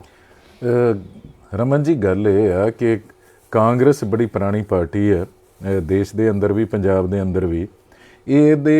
ਇਹ ਤੋਂ ਇਸ ਤਰ੍ਹਾਂ ਦੀ ਆਸ ਨਹੀਂ ਕੀਤੀ ਜਾਂਦੀ ਸੀ ਕਿ ਜਿਸ ਤਰ੍ਹਾਂ ਦਾ ਘਟਨਾਕ੍ਰਮ ਇਹਦੇ ਅੰਦਰ ਪਿਛਲੇ ਕੁਝ ਮਹੀਨਿਆਂ 'ਚ ਵਾਪਰਿਆ। ਕੈਪਟਨ ਨੂੰ ਪਹਿਲਾਂ ਲਾਉਣ ਲਈ ਮੁਹਿੰਮ ਚੱਲੀ, ਉਹ ਤੋਂ ਬਾਅਦ ਫਿਰ ਜਿਹੜੀ ਹੈ ਨਵੇਂ ਲੋਕ ਜਿਹੜੇ ਸਾਹਮਣੇ ਆਏ, ਉਹਨਾਂ ਦੇ ਮੁੱਖ ਮੰਤਰੀ ਵੀ ਬਦਲਿਆ, ਕਾਂਗਰਸ ਪ੍ਰਧਾਨ ਵੀ ਬਦਲਿਆ, ਫਿਰ ਇਹਨਾਂ ਦੇ ਆਪਣੇ ਮਤਭੇਦ ਜਿਹੜੇ ਆ ਵੀ ਖਤਮ ਨਹੀਂ ਹੋਏ ਕਿ ਜਿਹੜੀ ਇੱਕ ਲੀਡਰ ਇੱਧਰ ਨੂੰ ਖਿੱਚਦਾ, ਦੂਜਾ ਉੱਧਰ ਨੂੰ ਖਿੱਚਦਾ, ਤੇ ਇਸ ਤਰ੍ਹਾਂ ਦੀ ਸਥਿਤੀ ਬਣੀ ਹੋਈ ਹੈ। ਹੁਣ ਇੰਨੀ ਮੈਚੋਰ ਪਾਰਟੀ ਆ ਰਾਜਨੀਤਿਕ ਤੌਰ ਤੇ, ਜਿਹਦੇ ਲੀਡਰ ਜਿਹੜੇ ਆ ਕੋਈ ਅੱਜ ਲੀਡਰ ਨਹੀਂ ਬਣੇ, ਲੰਮੇ ਸਮੇਂ ਤੋਂ ਰਾਜਨੀਤੀ 'ਚ ਵਿਚਰਦੇ ਆ ਰਹੇ ਆ ਜੀ। ਚੋਣਾਂ ਸਿਰ ਤੇ ਆ, ਜਿਹੜੇ 20-15-20 ਦਿਨ ਰਹਿੰਦੇ ਆ, ਉਹਦੇ 'ਚ ਅਜੇ ਤੱਕ ਵੀ ਤੁਸੀਂ ਇੱਕ ਆਵਾਜ਼ 'ਚ ਬੋਲਦੇ ਨਹੀਂ, ਇੱਕ ਦਿਸ਼ਾ 'ਚ ਤੁਰਦੇ ਨਜ਼ਰ ਨਹੀਂ ਆਉਂਦੇ। ਇਹ ਗੱਲ ਠੀਕ ਹੈ ਜਿਹੜੀ ਜਾਖੜ ਉਹਨਾਂ ਨੇ ਕਹੀ ਹੈ, ਗੱਲ ਸਹੀ ਹੋ ਸਕਦੀ ਹੈ, ਸਹੀ ਹੈ ਕਾਫੀ ਹੱਦ ਤੱਕ, ਕਿ ਕੈਪਟਨ ਅਮਰਿੰਦਰ ਸਿੰਘ ਨੂੰ ਹਟਾਉਣ ਤੋਂ ਬਾਅਦ ਹਾਈ ਕਮਾਂਡ ਨੇ ਜਿਹੜੀ ਵੱਖ-ਵੱਖ ਵਿਧਾਇਕਾਂ ਤੋਂ ਰਾਏ ਲਈ ਸੀ, ਉਹਦੇ 'ਚ 42 ਵਿਧਾਇਕਾਂ ਨੇ ਜਿਹੜਾ ਸੁਨੀਲ ਜਾਖੜ ਦਾ ਸਮਰਥਨ ਕੀਤਾ ਸੀ। ਇਹ ਇੱਕ ਸੱਚਾਈ ਹੈ। ਪਰ ਹੁਣ ਸੁਨੀਲ ਜਾਖੜ ਵਰਗਾ ਹੰਡਿਆ ਹੋਇਆ ਲੀਡਰ ਇਸ ਵੇਲੇ ਸਾਰੀ ਜਾਣਕਾਰੀ ਬਾਹਰ ਲਿਆ ਕੇ ਕੀ ਪ੍ਰਾਪਤ ਕਰਨਾ ਚਾਹੁੰਦਾ, ਮਤਲਬ ਲੋਕਾਂ ਦੇ ਅੰਦਰ ਜਿਹੜਾ ਹੈ ਭੰਬਲ ਭੂਸਾ, ਜਿਹੜਾ ਕਾਂਗਰਸੀ ਸਫਾਂ ਦੇ ਅੰਦਰ ਵੀ, ਕਾਂਗਰਸ ਦਾ ਸਮਰਥਨ ਕਰਨ ਵਾਲਿਆਂ 'ਚ ਵੀ ਇਹਦੇ ਨਾਲ ਭੰਬਲ ਭੂਸਾ ਵੱਧ ਰਿਹਾ। ਇਹ ਸੰਕੇਤ ਜਾ ਰਿਹਾ ਹੈ ਕਿ ਪਾਰਟੀ ਹਜੇ ਵੀ ਇੱਕ ਮੁੱਠ ਨਹੀਂ ਗੀ, ਚੋਣਾਂ ਲਈ ਸਿਰ ਤੇ ਚੋਣਾਂ ਆ, ਤੇ ਨਾਲ ਵਿਰੋਧੀਆਂ ਨੂੰ ਰੋਜ਼ ਹੀ ਕਾਂਗਰਸ ਨੂੰ ਨਿਸ਼ਾਨਾ ਬਣਾਉਣ ਲਈ, ਕਾਂਗਰਸ ਨੂੰ ਨਿਸ਼ਾਨੇ ਤੇ ਲੈਣ ਲਈ ਇਹ ਮੌਕੇ ਦੇ ਰਹੇ ਆ। ਇਹਦਾ ਹੁਣ ਉਹਦੇ 'ਚ ਕਿਹਾ ਜਾ ਰਿਹਾ ਜੀ ਕਿ ਇਹ ਜਿਹੜਾ ਇੱਕ ਵੱਡਾ ਸਵਾਲ ਹੈ ਵੀ ਜਾਤ ਪਾਤ ਦੀ ਰਾਜਨੀਤੀ ਹਿੰਦੁਸਤਾਨ ਜਿਸ ਉਹਨਾਂ ਨੇ ਆਪ ਹੀ ਕਹਿਤਾ ਹੈ, ਉਹਦੇ 'ਚ ਕਈ ਲੋਕ ਇਹ ਕਹਿੰਦੇ ਆ ਕਿ ਇੱਕ ਹਿੰਦੂ ਜਿਹੜਾ ਮੁੱਖ ਮੰਤਰੀ ਬਣਨ ਲੱਗਾ ਸੀਗਾ, ਕਾਂਗਰਸ ਹਾਈ ਕਮਾਂਡ ਨੇ ਉਹਨੂੰ ਬਣ ਨਹੀਂ ਦਿੱਤਾ ਹੈ ਜੀ। ਤੇ ਇਸ ਤਰ੍ਹਾਂ ਦੀਆਂ ਗੱਲਾਂ ਉੱਠ ਰਹੀਆਂ, ਕਿਉਂਕਿ ਗੱਲਾਂ ਪੈਦਾ ਹੁੰਦੀਆਂ। ਇਹਨਾਂ ਨੇ ਇੱਕ ਗੱਲ ਨਾਲ ਹੋਰ ਕੀਤੀ ਹੈ, ਇਹ ਗੱਲ ਤਾਂ ਉਹਨਾਂ ਨੇ ਕਰਤੀ ਹੈ, ਉਹ ਜਿਹੜਾ ਪਰਦੇ ਦੇ ਪਿੱਛੇ ਦੀ ਕਹਾਣੀ ਹੈ ਉਹਨਾਂ ਨੇ ਬਿਆਨ ਕਰਤੀ ਹੈ। ਐਟ ਦਾ ਸੇਮ ਟਾਈਮ ਨਾਲ ਇੱਕ ਨਾ ਸਾਈਡ ਲੈਂਦੇ ਵੀ ਨਜ਼ਰ ਆ ਰਹੇ ਨੇ, ਇੱਕ ਸਟੈਂਡ ਲੈਂਦੇ, ਮੈਂ ਸਾਈਡ ਨਹੀਂ ਕਹਾਂਗਾ, ਸਟੈਂਡ ਲੈਂਦੇ ਨਜ਼ਰ ਆ ਰਹੇ ਨੇ, ਕਿਉਂਕਿ ਗੱਲ ਜਿਹੜੀ ਫਸੀ ਹੋਈ ਹੈ ਇਸ ਲਈ ਬਹੁਤੇ ਕਰਕੇ 2 ਬੰਦਿਆਂ ਦੇ ਵਿੱਚ। ਔਰ ਇਹ ਵੀ ਹੈ ਕਿ 6 ਤਰੀਕ ਤੱਕ 2 ਦਿਨਾਂ ਦੇ ਵਿੱਚ 3 ਦਿਨਾਂ 'ਚ ਰਸਮੀ ਤੌਰ ਤੇ ਕਾਂਗਰਸ ਹਾਈ ਕਮਾਨ ਵੱਲੋਂ ਮੁੱਖ ਮੰਤਰੀ ਦੇ ਚਿਹਰੇ ਦਾ ਐਲਾਨ ਹੋਣ। ਗੱਲ ਰਾਹੁਲ ਹੋਰੀ ਆ ਚੁੱਕੇ ਹੋਏ ਨੇ, ਜਲੰਧਰ 'ਚ ਆ ਕੇ ਗਏ ਸੀ। ਉਹ ਦੋਹਾਂ 'ਚ ਸੰਭਾਵਨਾ ਹੈ ਸਿੱਧੂ ਹੋਰੀ ਹੋਣਗੇ ਕਿ ਚੰਨੀ ਹੋਰੀ ਹੋਣਗੇ। ਤੇ ਇਹ ਵੀ ਗੱਲ ਪਹਿਲਾਂ ਆਈ ਸੀ ਕਿ ਭਾਈ ਜੇਕਰ ਜਦੋਂ ਉਹਨਾਂ ਨੇ ਚੰਨੀ ਨੂੰ ਇੱਕ ਵਾਰੀ ਵਿਸ਼ੇਸ਼ ਭਾਈਚਾਰੇ 'ਚੋਂ ਮੁੱਖ ਮੰਤਰੀ ਬਣਾ ਹੀ ਦਿੱਤਾ, ਤੇ ਹੁਣ ਉਹ ਜੇ ਪਿੱਛੇ ਹਟਣਗੇ ਤਾਂ ਨੁਕਸਾਨ ਹੋਊਗਾ। ਇੱਥੇ ਜਾਖੜ ਸਾਹਿਬ ਜਿਹੜੇ ਨੇ ਉਹਨਾਂ ਨੇ ਵੀ ਸਾਫ਼ ਬਿਆਨੀ ਕਰਤੀ ਹੈ ਇਸ ਮੁੱਦੇ ਦੇ ਉੱਪਰ ਕਿ ਉਹ ਕਹਿ ਰਿਹਾ ਕਿ ਹੁਣ ਇਹ ਮੁੱਖ ਮੰਤਰੀ ਦੇ ਉਮੀਦਵਾਰ ਦਾ ਜੋ ਐਲਾਨ ਹੋਣਾ ਹੈ, ਸਾਨੂੰ ਅੱਧ ਵਿਚਾਲੇ ਹੁਣ ਆਪਣਾ ਉਮੀਦਵਾਰ ਕੋਈ ਨਵਾਂ ਨਹੀਂ ਐਲਾਨ ਕਰਨਾ ਚਾਹੀਦਾ, ਨੁਕਸਾਨ ਹੋ ਸਕਦਾ ਹੈ। ਰਮਨ ਜੀ ਇਹ ਬਿਲਕੁਲ ਗੱਲ ਠੀਕ ਹੈ। ਪਹਿਲਾਂ ਤਾਂ ਗੱਲ ਇਹ, ਸਾਡੇ ਦੇਸ਼ 'ਚ ਪਾਰਲੀਮੈਂਟਰੀ ਸਿਸਟਮ ਹੈ ਜਿਹੜਾ ਹੈਗਾ, ਉਹਦੇ 'ਚ ਜਿਹੜਾ ਮੁੱਖ ਮੰਤਰੀ ਚੁਣਨਾ ਜਾਂ ਪ੍ਰਧਾਨ ਮੰਤਰੀ ਚੁਣਨਾ, ਚੁਣੇ ਹੋਏ ਸੰਸਦ ਮੈਂਬਰਾਂ, ਲੋਕ ਸਭਾ ਮੈਂਬਰਾਂ ਤੇ ਰਾਜਾਂ ਦੀ ਪੱਧਰ ਤੇ ਚੁਣੇ ਹੋਏ ਵਿਧਾਨ ਸਭਾ ਮੈਂਬਰਾਂ ਦਾ ਹੱਕ ਹੈ ਕਿ ਉਹ ਆਪਣੇ 'ਚੋਂ ਕਿਸੇ ਨੂੰ ਜਿਹੜਾ ਮੁੱਖ ਮੰਤਰੀ ਜਾਂ ਪ੍ਰਧਾਨ ਮੰਤਰੀ ਚੁਣਨ। ਜਿਹੜੀ ਜੋ ਸਾਡੀ ਪਾਰਲੀਮੈਂਟਰੀ ਵਿਵਸਥਾ ਹੈ, ਇਹਦੇ 'ਚ ਪਰ ਜਦੋਂ ਕਿਸੇ ਪਾਰਟੀ ਨੂੰ ਲੱਗਦਾ ਕਿਸੇ ਸਟੇਟ 'ਚ ਜਾਂ ਕੌਮੀ ਪੱਧਰ 'ਤੇ ਜਾਂ ਰਾਜਾਂ ਦੀ ਪੱਧਰ 'ਤੇ ਸਾਡੇ ਕੋਲ ਇੱਕ ਪਾਪੂਲਰ ਲੀਡਰ ਹੈ, ਇਹਨੂੰ ਲੈ ਕੇ ਅਸੀਂ ਜਿੱਦਾਂ ਅਮਰੀਕਾ 'ਚ ਰਾਸ਼ਟਰਪਤੀ ਦੀ ਚੋਣ ਹੁੰਦੀ ਹੈ ਉਸ ਤਰ੍ਹਾਂ ਦੀ ਚੋਣ ਕਰਵਾ ਸਕਦੇ ਹਾਂ, ਲੋਕਾਂ ਨੂੰ ਆਪਣੇ ਮਗਰ ਲਾਮਬੰਦ ਕਰ ਸਕਦੇ ਹਾਂ। ਜਦੋਂ ਲਾਲਚੀ ਪਾਰਟੀਆਂ 'ਚ ਇਹ ਪੈਦਾ ਹੋ ਜਾਂਦਾ, ਅਤੇ ਫਿਰ ਜਿਹੜਾ ਜਿੱਦਾਂ ਨਰਿੰਦਰ ਮੋਦੀ ਦੇ ਕੇਸ 'ਚ ਹੋਇਆ ਕਿ 2 ਵਾਰੀ ਜਿਹੜੀਆਂ ਪਿਛਲੀਆਂ 2014 ਦੀਆਂ 2019 ਦੀਆਂ ਚੋਣਾਂ ਹੋਈਆਂ ਉਹ ਨਰਿੰਦਰ ਮੋਦੀ ਦੇ ਨਾਂ 'ਤੇ ਲੜੀਆਂ ਗਈਆਂ। ਇਸੇ ਤਰ੍ਹਾਂ ਇੰਦਰਾ ਗਾਂਧੀ ਦੇ ਨਾਂ 'ਤੇ ਚੋਣਾਂ ਹੁੰਦੀਆਂ ਰਹੀਆਂ, ਕਾਂਗਰਸ ਵੀ ਇਹ ਕਰਦੀ ਰਹੀ ਹੈ। ਉਹਦੇ 'ਚ ਹੁਣ ਪਾਰਲੀਮੈਂਟਰੀ ਜਿਹੜੀ ਪ੍ਰਣਾਲੀ ਹੈ ਉਹ ਤਾਂ ਇਹਦੀ ਇਜਾਜ਼ਤ ਨਹੀਂ ਦਿੰਦੀ, ਪਰ ਰਾਜਨੀਤਿਕ ਪਾਰਟੀਆਂ ਅਜਿਹਾ ਕਰਦੀਆਂ। ਹੁਣ ਜਦੋਂ ਇਹ ਬਲਰਾਮ ਆਪਣੇ ਸੁਨੀਲ ਜਾਖੜ ਹੋਣਾ ਦੀ ਇਹ ਗੱਲ ਠੀਕ ਹੈ ਕਿ ਜੇ ਤੁਸੀਂ ਚਰਨਜੀਤ ਸਿੰਘ ਚੰਨੀ ਨੂੰ ਮੁੱਖ ਮੰਤਰੀ ਬਣਾਤਾ ਤੇ ਉਹਦੇ 'ਚ ਇਹ ਵੀ ਤੁਸੀਂ ਪ੍ਰਚਾਰ ਕਰ ਲਿਆ ਕਿ ਅਸੀਂ ਪਹਿਲੀ ਵਾਰੀ ਇੱਕ ਦਲਿਤ ਨੂੰ ਮੁੱਖ ਮੰਤਰੀ ਬਣਾਤਾ, ਤੇ ਹੁਣ ਜੇ ਕੋਈ ਨਵਾਂ ਮੁੱਖ ਮੰਤਰੀ ਦਾ ਉਮੀਦਵਾਰ ਐਲਾਨ ਦਿੰਦੇ ਆ ਕਿ ਚੰਨੀ ਨੂੰ ਨਹੀਂ ਐਲਾਨਦੇ, ਸਿੱਧੂ ਹੋਰੀ ਹੈ ਨਾ ਨਾਲ, ਮਤਲਬ ਜੇ ਉਹਨਾਂ ਨੂੰ ਐਲਾਨ ਦਿੰਦੇ ਆ ਤੇ ਲਾਜ਼ਮੀ ਤੌਰ ਤੇ ਪਾਰਟੀ ਨੂੰ ਨੁਕਸਾਨ ਹੋਏਗਾ। ਦੋ ਤਰ੍ਹਾਂ ਦੇ ਮਲਾਲ ਹੈਗੇ ਨੇ ਜੀ, ਦੇਖੋ ਨਿਊਟਰਲ ਸ਼ਖਸ ਨੇ ਲੱਗਦੇ, ਬੜਾ ਸਾਫ ਸੁਥਰਾ ਅਕਸ ਰਿਹਾ ਜਾਖੜ ਸਾਹਿਬ ਦਾ, ਔਰ ਉਹਨਾਂ ਨੇ ਇਹ ਗੱਲ ਲਾ ਕਿ ਜੇ ਮੇਰੇ 42 ਵੋਟਾਂ ਪਈਆਂ, ਮੇਰੇ ਕੋਲ ਕੋਈ ਰੁਤਬਾ ਹੈ ਨਹੀਂ ਸੀ, ਮੈਂ ਕਾਂਗਰਸ ਪ੍ਰਧਾਨ ਵੀ ਹੈ ਨਹੀਂ ਸੀ, ਕਿਉਂਕਿ ਸਟੈਪ ਬਾਈ ਸਟੈਪ ਕੁਝ ਹੋ ਰਿਹਾ ਸੀ। ਕੈਪਟਨ ਸਾਹਿਬ ਦੇ ਲੱਥਣ ਦੇ ਪਹਿਲੋਂ ਪ੍ਰਧਾਨ ਦੇ ਅਹੁਦੇ ਤੋਂ ਜਾਖੜ ਹੋਰੀ ਲੱਥਦੇ ਆ, ਤੇ ਮਲਾਲ ਤਾਂ ਹੋਏਗਾ। ਹਾਂਜੀ, ਖੈਰ ਅਸੀਂ ਹੁਣ ਬਹੁਤ ਹੀ ਡਿਟੇਲ 'ਚ ਨਹੀਂ ਜਾਵਾਂਗੇ, ਕਿਉਂਕਿ ਇੱਕ ਦੋ ਮੁੱਦੇ ਸਾਡੇ ਕੋਲ ਹੋਰ ਵੀ ਹੈ ਜੀ, ਅਸੀਂ ਗੱਲਾਂ ਕਰਨੀਆਂ ਜ਼ਰੂਰ ਪਰ ਇਹਦੇ ਨਾਲ ਹੁਣ ਜੇ ਚਰਨਜੀਤ ਸਿੰਘ ਚੰਨੀ ਨੂੰ ਮੁੱਖ ਮੰਤਰੀ ਦਾ ਚਿਹਰਾ ਨਹੀਂ ਐਲਾਨਿਆ ਜਾਂਦਾ, ਜੇ ਕਾਂਗਰਸ ਐਲਾਨਣਾ ਚਾਹੁੰਦੀ ਹੈ ਤੇ ਉਹਨੂੰ ਨਹੀਂ ਐਲਾਨਦੀ, ਨਵਜੋਤ ਸਿੰਘ ਸਿੱਧੂ ਨੂੰ ਐਲਾਨਦੀ ਹੈ, ਤੇ ਲਾਜ਼ਮੀ ਤੌਰ ਤੇ ਕਾਂਗਰਸ ਨੂੰ ਦਲਿਤ ਵੋਟਾਂ ਦੇ ਪੱਖ ਤੋਂ ਚਲੋ ਹੁਣ ਇੱਕ ਗੱਲ ਤੁਸੀਂ ਕਰਤੀ ਹੈ, ਇੱਕ ਗੱਲ ਹੋਰ ਇਸੇ ਗੱਲ ਨੂੰ ਮੁੱਖ ਰੱਖ ਕੇ ਸੁਨੀਲ ਜਾਖੜ ਉਹਨਾਂ ਨੇ ਕਿਹਾ ਕਿ ਜੇ ਹੁਣ ਤੁਸੀਂ ਉਹਨੂੰ ਬਣਾਈ ਦਿੱਤਾ ਤੇ ਹੁਣ ਜਿਹੜਾ ਲੜਾਈ ਦੇ ਵਿੱਚ ਘੋੜਾ ਨਾ ਬਦਲੋ। ਦਰਸ਼ਕ ਤੁਹਾਡੇ ਮਨ ਤੇ ਗੱਲ ਹੋਰ ਜਾਣ ਲੈਣ ਕਿ ਜੇਕਰ ਹੁਣ ਤੁਸੀਂ ਇਹ ਗੱਲ ਕੀਤੀ ਹੈ, ਇਹਦੀ ਉਲਟਾ ਲਈ ਹੈ, ਜੇਕਰ ਚੰਨੀ ਹੋਰਾਂ ਨੂੰ ਐਲਾਨ ਕਰ ਹੀ ਦਿੰਦੇ, ਸਿੱਧੂ ਕਿੱਥੇ ਖੜਦੇ ਨੇ? ਉਹਦੇ 'ਚ ਗੱਲ ਇਹ ਹੈ ਜੀ ਕਿ ਜੋ ਨਵਜੋਤ ਸਿੰਘ ਸਿੱਧੂ ਦਾ ਸੁਭਾਅ ਆ, ਜੇ ਉਹਨਾਂ ਨਾਲ ਗੱਲ ਕਰਕੇ ਕੋਈ ਸਹਿਮਤੀ ਉਹਨਾਂ ਦੀ ਨਾ ਲਈ ਗਈ ਤੇ ਜਿਹਨਾਂ ਨੂੰ ਕੋਈ ਰੋਲ ਤੁਸੀਂ ਨਵੀਂ ਬਣਨ ਵਾਲੀ ਸਰਕਾਰ 'ਚ ਜੇ ਤੁਹਾਡੀ ਬਣਦੀ ਹੈ, ਜਾਂ ਪਾਰਟੀ ਦੇ ਅੰਦਰ ਤੁਸੀਂ ਕੋਈ ਉਹਨਾਂ ਨੂੰ ਕੋਈ ਰੋਲ ਨਹੀਂ ਦਿੰਦੇ, ਉਹਨਾਂ ਦੀ ਸੰਤੁਸ਼ਟੀ ਨਹੀਂ ਕਰਾਉਂਦੇ, ਤੇ ਜੋ ਉਹਨਾਂ ਦਾ ਸੁਭਾਅ ਆ ਉਹ ਫਿਰ ਬਗਾਵਤ ਕਰਨਗੇ, ਉਹ ਵੀ ਪਾਰਟੀ ਲਈ ਨੁਕਸਾਨਦੇਹ ਵਾਲੀ ਗੱਲ ਹੋ ਸਕਦੀ। ਮੇਰੇ ਮਨ 'ਚ ਪਹਿਲਾਂ ਆ ਰਿਹਾ ਸੀ ਜੀ, ਤੁਸੀਂ ਲਾਈਵ ਟੈਲੀਕਾਸਟ ਲਈ ਬੈਠੇ ਹਾਂ, ਤੇ ਮੈਂ ਕਿਹਾ ਜੀ ਕਿਉਂਕਿ ਉਹੀ ਗੱਲ ਅਸੀਂ ਪੇ ਕਰਦੇ ਸੀ, ਕਿਉਂਕਿ ਗੱਲ ਨੂੰ ਸਮਝਣ ਦੀ ਕੋਸ਼ਿਸ਼ ਹੁੰਦੀ ਹੈ, ਫਿਰ ਤੁਹਾਡੇ ਤੱਕ ਪਹੁੰਚਾਉਣ ਦੀ ਕੋਸ਼ਿਸ਼ ਹੁੰਦੀ, ਪਹਿਲਾਂ ਆਪ ਨੂੰ ਤਾਂ ਮਾੜੀ ਮੋਟੀ ਸਮਝ ਆਵੇ, ਫਿਰ ਅਸੀਂ ਦਰਸ਼ਕਾਂ ਤੱਕ ਪਹੁੰਚੀਏ। ਮੈਂ ਕਿਹਾ ਸ਼ਾਇਦ ਕਿਤੇ ਇਸ ਤਰ੍ਹਾਂ ਕਰਨ ਕਿ ਸਿੱਧੂ ਨੂੰ ਇਸ ਕਦਰ ਬਣਾ ਲੈਣ ਵੀ ਚੰਨੀ ਦਾ ਐਲਾਨ ਵੀ ਕਰ ਦੇਣ, ਨਹੀਂ ਤਾਂ ਨੁਕਸਾਨ ਨਾ ਹੋ ਜਾਏ, ਜਿਵੇਂ ਦਲਿਤ ਵੋਟ ਦੀ ਗੱਲ ਕੀਤੀ ਹੈ, ਹਾਂ ਕਿ ਬਈ ਉਹ ਹੈ ਕਿ ਭਾਈ ਉਹਨੂੰ ਕਹਿਣ ਕਿ ਯਾਰ ਤੂੰ ਮੁੱਖ ਮੰਤਰੀ ਬਣ ਜਾਈ, ਸਭ ਤੋਂ ਅਹਿਮ ਜਿਹੜਾ ਡਿਪਾਰਟਮੈਂਟ ਹੈ ਹੋਮ ਮਿਨਿਸਟਰੀ ਕੀ ਹੈ ਉਹ ਤੈਨੂੰ ਦੇਣਾਗੇ, ਤੇ ਪਤਾ ਨਹੀਂ ਚਲੋ ਕੋਈ ਰਾਜਨੀਤੀ ਦੇ ਵਿੱਚ ਕੋਈ ਉਹਨੂੰ ਐਡਜਸਟ ਕਰਨਾ ਪਊਗਾ, ਰਸਮੀ ਤੌਰ ਤੇ ਐਲਾਨ ਹੋ ਹੀ ਜਾਣਾ ਹੈ ਹੁਣ, ਕਿਉਂਕਿ ਕਾਂਗਰਸ ਦੀ ਗੱਲ ਚੱਲਦੀ ਪਈ ਹੈ, ਤੇ ਕਾਂਗਰਸ ਦੇ ਰਹਿਨੁਮਾ ਰਾਹੁਲ ਗਾਂਧੀ ਨੇ, ਭਾਵੇਂ ਰਸਮੀ ਤੌਰ ਤੇ ਉਹਨਾਂ ਕੋਲ ਰੁਤਬਾ ਨਹੀਂ ਹੈ ਰਹਿਨੁਮਾ ਦਾ, ਉਹਨਾਂ ਨੇ ਕੱਲ ਮਾਨਕ ਸਾਹਿਬ ਦੋ ਇਸ਼ੂਜ਼ ਤੇ ਗੱਲ ਕਰਨੀ ਹੈ, ਥੋੜੀ ਸਿੱਧੂ ਦੀ ਗੱਲ ਵੀ ਕਰਨੀ ਹੈ, ਥੋੜੇ 'ਚ ਕਰ ਲੈਂਦੇ ਹਾਂ ਕਿ ਉਹਨਾਂ ਨੇ ਕੱਲ ਪਾਰਲੀਮੈਂਟ ਦੇ ਸੈਸ਼ਨ ਦੌਰਾਨ ਕੁਝ ਬੜੀਆਂ ਅਹਿਮ ਗੱਲਾਂ ਕੀਤੀਆਂ, ਔਰ ਮੋਦੀ ਹੋਰਾਂ ਨੂੰ ਕਿੰਗ ਦਾ ਰੁਤਬਾ ਦਿੱਤਾ, ਔਰ ਨਾਲ ਉਹਨਾਂ ਨੂੰ ਇਹ ਯਾਦ ਕਰਵਾਉਣ ਦੀ ਕੋਸ਼ਿਸ਼ ਕੀਤੀ ਹੈ ਆਪਣੇ ਸੈਂਕੜੇ ਸਾਲਾਂ ਦੇ ਇਤਿਹਾਸ ਤੋਂ ਕਿ ਕਦੇ ਕੋਈ ਰਾਜਾ, ਨੋ ਕਿੰਗ ਹੈਜ਼ ਐਵਰ ਸਰਵਾਈਵਡ, ਤੇ ਇਹ ਸਰਕਾਰ ਜਿਹੜੀ ਹੈ, ਮੋਦੀ ਸਾਹਿਬ ਜਿਹੜੇ ਹੈ ਰਾਜੇ ਮਹਾਰਾਜੇ ਵਾਂਗੂ ਬਿਹੇਵ ਕਰਦੇ ਨੇ, ਕੇਂਦਰ ਤੋਂ ਸੱਤਾ ਚਲਾਉਂਦੇ ਨੇ, ਸੰਘਵਾਦੀਆਂ ਧੱਜੀਆਂ ਉਡਾ ਰਹੇ ਨੇ, ਪ੍ਰਾਂਤਾਂ ਨੂੰ ਕੁਝ ਮੰਨਦੇ ਨਹੀਂ ਹੈ, ਔਰ ਬੜਾ ਸੁਲਝਿਆ ਅੰਦਾਜ਼ ਵੀ ਬੜਾ ਸੁਲਝਿਆ, ਅਲਫਾਜ਼ ਵੀ ਬੜੇ ਸੁਲਝੇ ਹੋਏ ਨੇ। ਇਹ ਕੀ ਟਿੱਪਣੀ ਹੈ ਆਪ ਜੀ ਦੀ? ਰਮਨ ਜੀ ਬਹੁਤ ਮਹੱਤਵਪੂਰਨ ਉਹਨਾਂ ਨੇ ਗੱਲਾਂ ਕੀਤੀਆਂ ਕੱਲ। ਉਹ ਵੱਖਰੀ ਗੱਲ ਹੈ ਕਿ ਦੇਸ਼ ਦੀ ਰਾਜਨੀਤੀ 'ਚ ਰਾਹੁਲ ਹੁਣੀ ਕਾਫੀ ਸਾਲਾਂ ਤੋਂ, ਲੰਮੇ ਸਮੇਂ ਤੋਂ ਦੇਸ਼ ਦੀ ਰਾਜਨੀਤੀ 'ਚ ਵਿਚਰਦੇ ਆ ਰਹੇ ਆ, ਉਹਨਾਂ ਨੂੰ ਜਿਹੜਾ ਬਹੁਤ ਸਾਰੇ ਲੋਕ ਗੰਭੀਰਤਾ ਨਾਲ ਲੈਂਦੇ ਨਹੀਂ ਹੈਗੇ, ਕਿਉਂਕਿ ਉਹ ਨਿਰੰਤਰਤਾ ਨਹੀਂ ਰੱਖਦੇ, ਕੁਝ ਸਮੇਂ ਚੰਗੀਆਂ ਗੱਲਾਂ ਕਰਕੇ, ਚੰਗੀ ਹਾਜ਼ਰੀ ਦੇ ਕੇ ਫਿਰ ਉਹ ਅਚਾਨਕ ਅਲੋਪ ਹੋ ਜਾਂਦੇ, ਅਤੇ ਲੋਕਾਂ ਨੂੰ ਪਤਾ ਹੀ ਨਹੀਂ ਲੱਗਦਾ ਕਿੱਥੇ ਚਲੇ ਗਏ। ਭਾਰਤ ਦੀ ਰਾਜਨੀਤੀ ਜਿਹੜੀ ਆ ਉਹ ਤਾਂ 7 ਦਿਨ ਤੇ 24 ਘੰਟੇ ਦੀ ਰਾਜਨੀਤੀ ਹੈ, ਉਹਦੇ 'ਚ ਪ੍ਰੈਜੈਂਸ, ਆਪਣੀ ਹਾਜ਼ਰੀ ਰੱਖਣੀ ਪੈਂਦੀ ਹੈ, ਲਗਾਤਾਰ ਕੁਛ ਨਾ ਕੁਛ ਕਰਦੇ ਨਜ਼ਰ ਆਉਣਾ ਪੈਂਦਾ, ਇਸ ਕਰਕੇ ਉਹ ਰਾਹੁਲ ਗਾਂਧੀ ਮਾਰ ਖਾਂਦੇ ਰਹੇ ਆ, ਰਾਜਨੀਤੀ 'ਚ ਖਾ ਰਹੇ ਆ। ਪਰ ਜਿਹੜਾ ਕੱਲ ਉਹਨਾਂ ਨੇ ਭਾਸ਼ਣ ਦਿੱਤਾ ਉਹ ਦੇਸ਼ ਦੇ ਲੋਕਾਂ ਦੀ ਤੇ ਦੇਸ਼ ਦੇ ਸਿਆਸਤਦਾਨਾਂ ਦੀਆਂ ਅੱਖਾਂ ਖੋਲ੍ਹਣ ਵਾਲਾ ਸੀਗਾ। ਉਹਨਾਂ ਨੇ ਅਸਲ 'ਚ ਜਿਹੜਾ ਭਾਰਤ ਦਾ ਖਾਸਾ ਆ ਉਹਨੂੰ ਉਹਨਾਂ ਨੇ ਡਿਫਾਈਨ ਕੀਤਾ ਉਹਨੂੰ, ਕਿ ਭਾਰਤ ਵਨ ਨੇਸ਼ਨ, ਜਿਹੜਾ ਜਿਸ ਤਰ੍ਹਾਂ ਹੁੰਦਾ ਕਿ ਇੱਕ ਜ਼ਬਾਨ, ਇੱਕ ਸੱਭਿਆਚਾਰ ਵਾਲੇ ਕਿਸੇ ਦੇਸ਼ ਜਿਹੜੇ ਲੋਕ ਵਸਦੇ ਆ ਉਹਨਾਂ ਨੂੰ ਵਨ ਨੇਸ਼ਨ, ਉਹਨਾਂ ਨੂੰ ਕਹਿ ਸਕਦੇ ਆ ਕਿ ਉਹ ਵਨ ਨੇਸ਼ਨ ਸਟੇਟ ਹੈ। ਇੰਡੀਆ ਜਿਹੜਾ ਉਹਨਾਂ ਨੇ ਦੱਸਿਆ ਵੀ ਇਹ ਵਿਭਿੰਨਤਾ ਵਾਲਾ ਖਿੱਤਾ ਹੈ, ਵੱਖ-ਵੱਖ ਜ਼ਬਾਨਾਂ ਦੇ ਆਧਾਰ 'ਤੇ, ਵੱਖ-ਵੱਖ ਜਿਹੜੀ ਲੋਕਾਂ ਦੇ ਇਤਿਹਾਸ ਹੈ, ਸੱਭਿਆਚਾਰ ਹੈ, ਆਪੋ ਆਪਣੀ ਸਾਡੀ ਇੱਕ ਵਿਰਾਸਤ ਹੈ। ਇਸ ਕਰਕੇ ਭਾਰਤੀ ਸੰਵਿਧਾਨ 'ਚ ਇਹਨੂੰ ਯੂਨੀਅਨ ਆਫ ਸਟੇਟਸ ਕਿਹਾ ਗਿਆ, ਇਹਨੂੰ ਵਨ ਨੇਸ਼ਨ ਸਟੇਟ ਨਹੀਂ ਕਿਹਾ ਗਿਆ, ਯੂਨੀਅਨ ਆਫ ਸਟੇਟਸ ਕਿਹਾ ਗਿਆ। ਇਸ ਕਰਕੇ ਸਾਨੂੰ ਇਹ ਆਪਣੇ ਇਤਿਹਾਸ ਦੇ ਪਿੱਛੇ ਜਾਂਦਿਆਂ ਵੀ ਉਹਨਾਂ ਨੇ ਕਿਹਾ ਕਿ ਇਸ ਦੇਸ਼ 'ਚ ਰਾਜ ਕਰਨ ਲਈ ਜਿਹੜੀ ਦਿੱਲੀ ਦੀ ਸਤ੍ਹਾ ਆ ਉਹਨੂੰ ਵੱਖ-ਵੱਖ ਰਾਜਾਂ ਦੀ ਸਤ੍ਹਾ ਨਾਲ ਤਾਲਮੇਲ ਬਿਠਾਉਣਾ ਪੈਂਦਾ, ਸਹਿਯੋਗ ਕਰਨਾ ਪੈਂਦਾ, ਤਾਂ ਹੀ ਕੋਈ ਸਫਲਤਾ ਨਾਲ ਇੱਥੇ ਰਾਜ ਕਰ ਸਕਦਾ। ਉਹਨਾਂ ਦਾ ਇਸ਼ਾਰਾ ਇਹ ਸੀਗਾ ਕਿ ਜਿੱਦਾਂ ਤੁਸੀਂ ਕਿਹਾ ਵੀ ਹੈ ਕਿ ਨਰਿੰਦਰ ਮੋਦੀ ਹੋਣੀ ਰਾਜੇ ਦੀ ਤਰ੍ਹਾਂ ਬਿਹੇਵ ਕਰਦੇ ਆ ਤੇ ਦਿੱਲੀ ਤੋਂ ਬੈਠ ਕੇ ਸਾਰਾ ਕੁਝ ਕਰਨ ਦਾ ਯਤਨ ਕਰ ਰਿਹਾ, ਵੱਧ ਤੋਂ ਵੱਧ ਪਾਵਰ ਆਪਣੇ ਹੱਥ ਲੈਣ ਦਾ ਯਤਨ ਕਰ ਰਿਹਾ ਤੇ ਇਸ ਤਰ੍ਹਾਂ ਦਾ ਚੱਲ ਨਹੀਂ ਸਕਦਾ ਸਿਲਸਿਲਾ।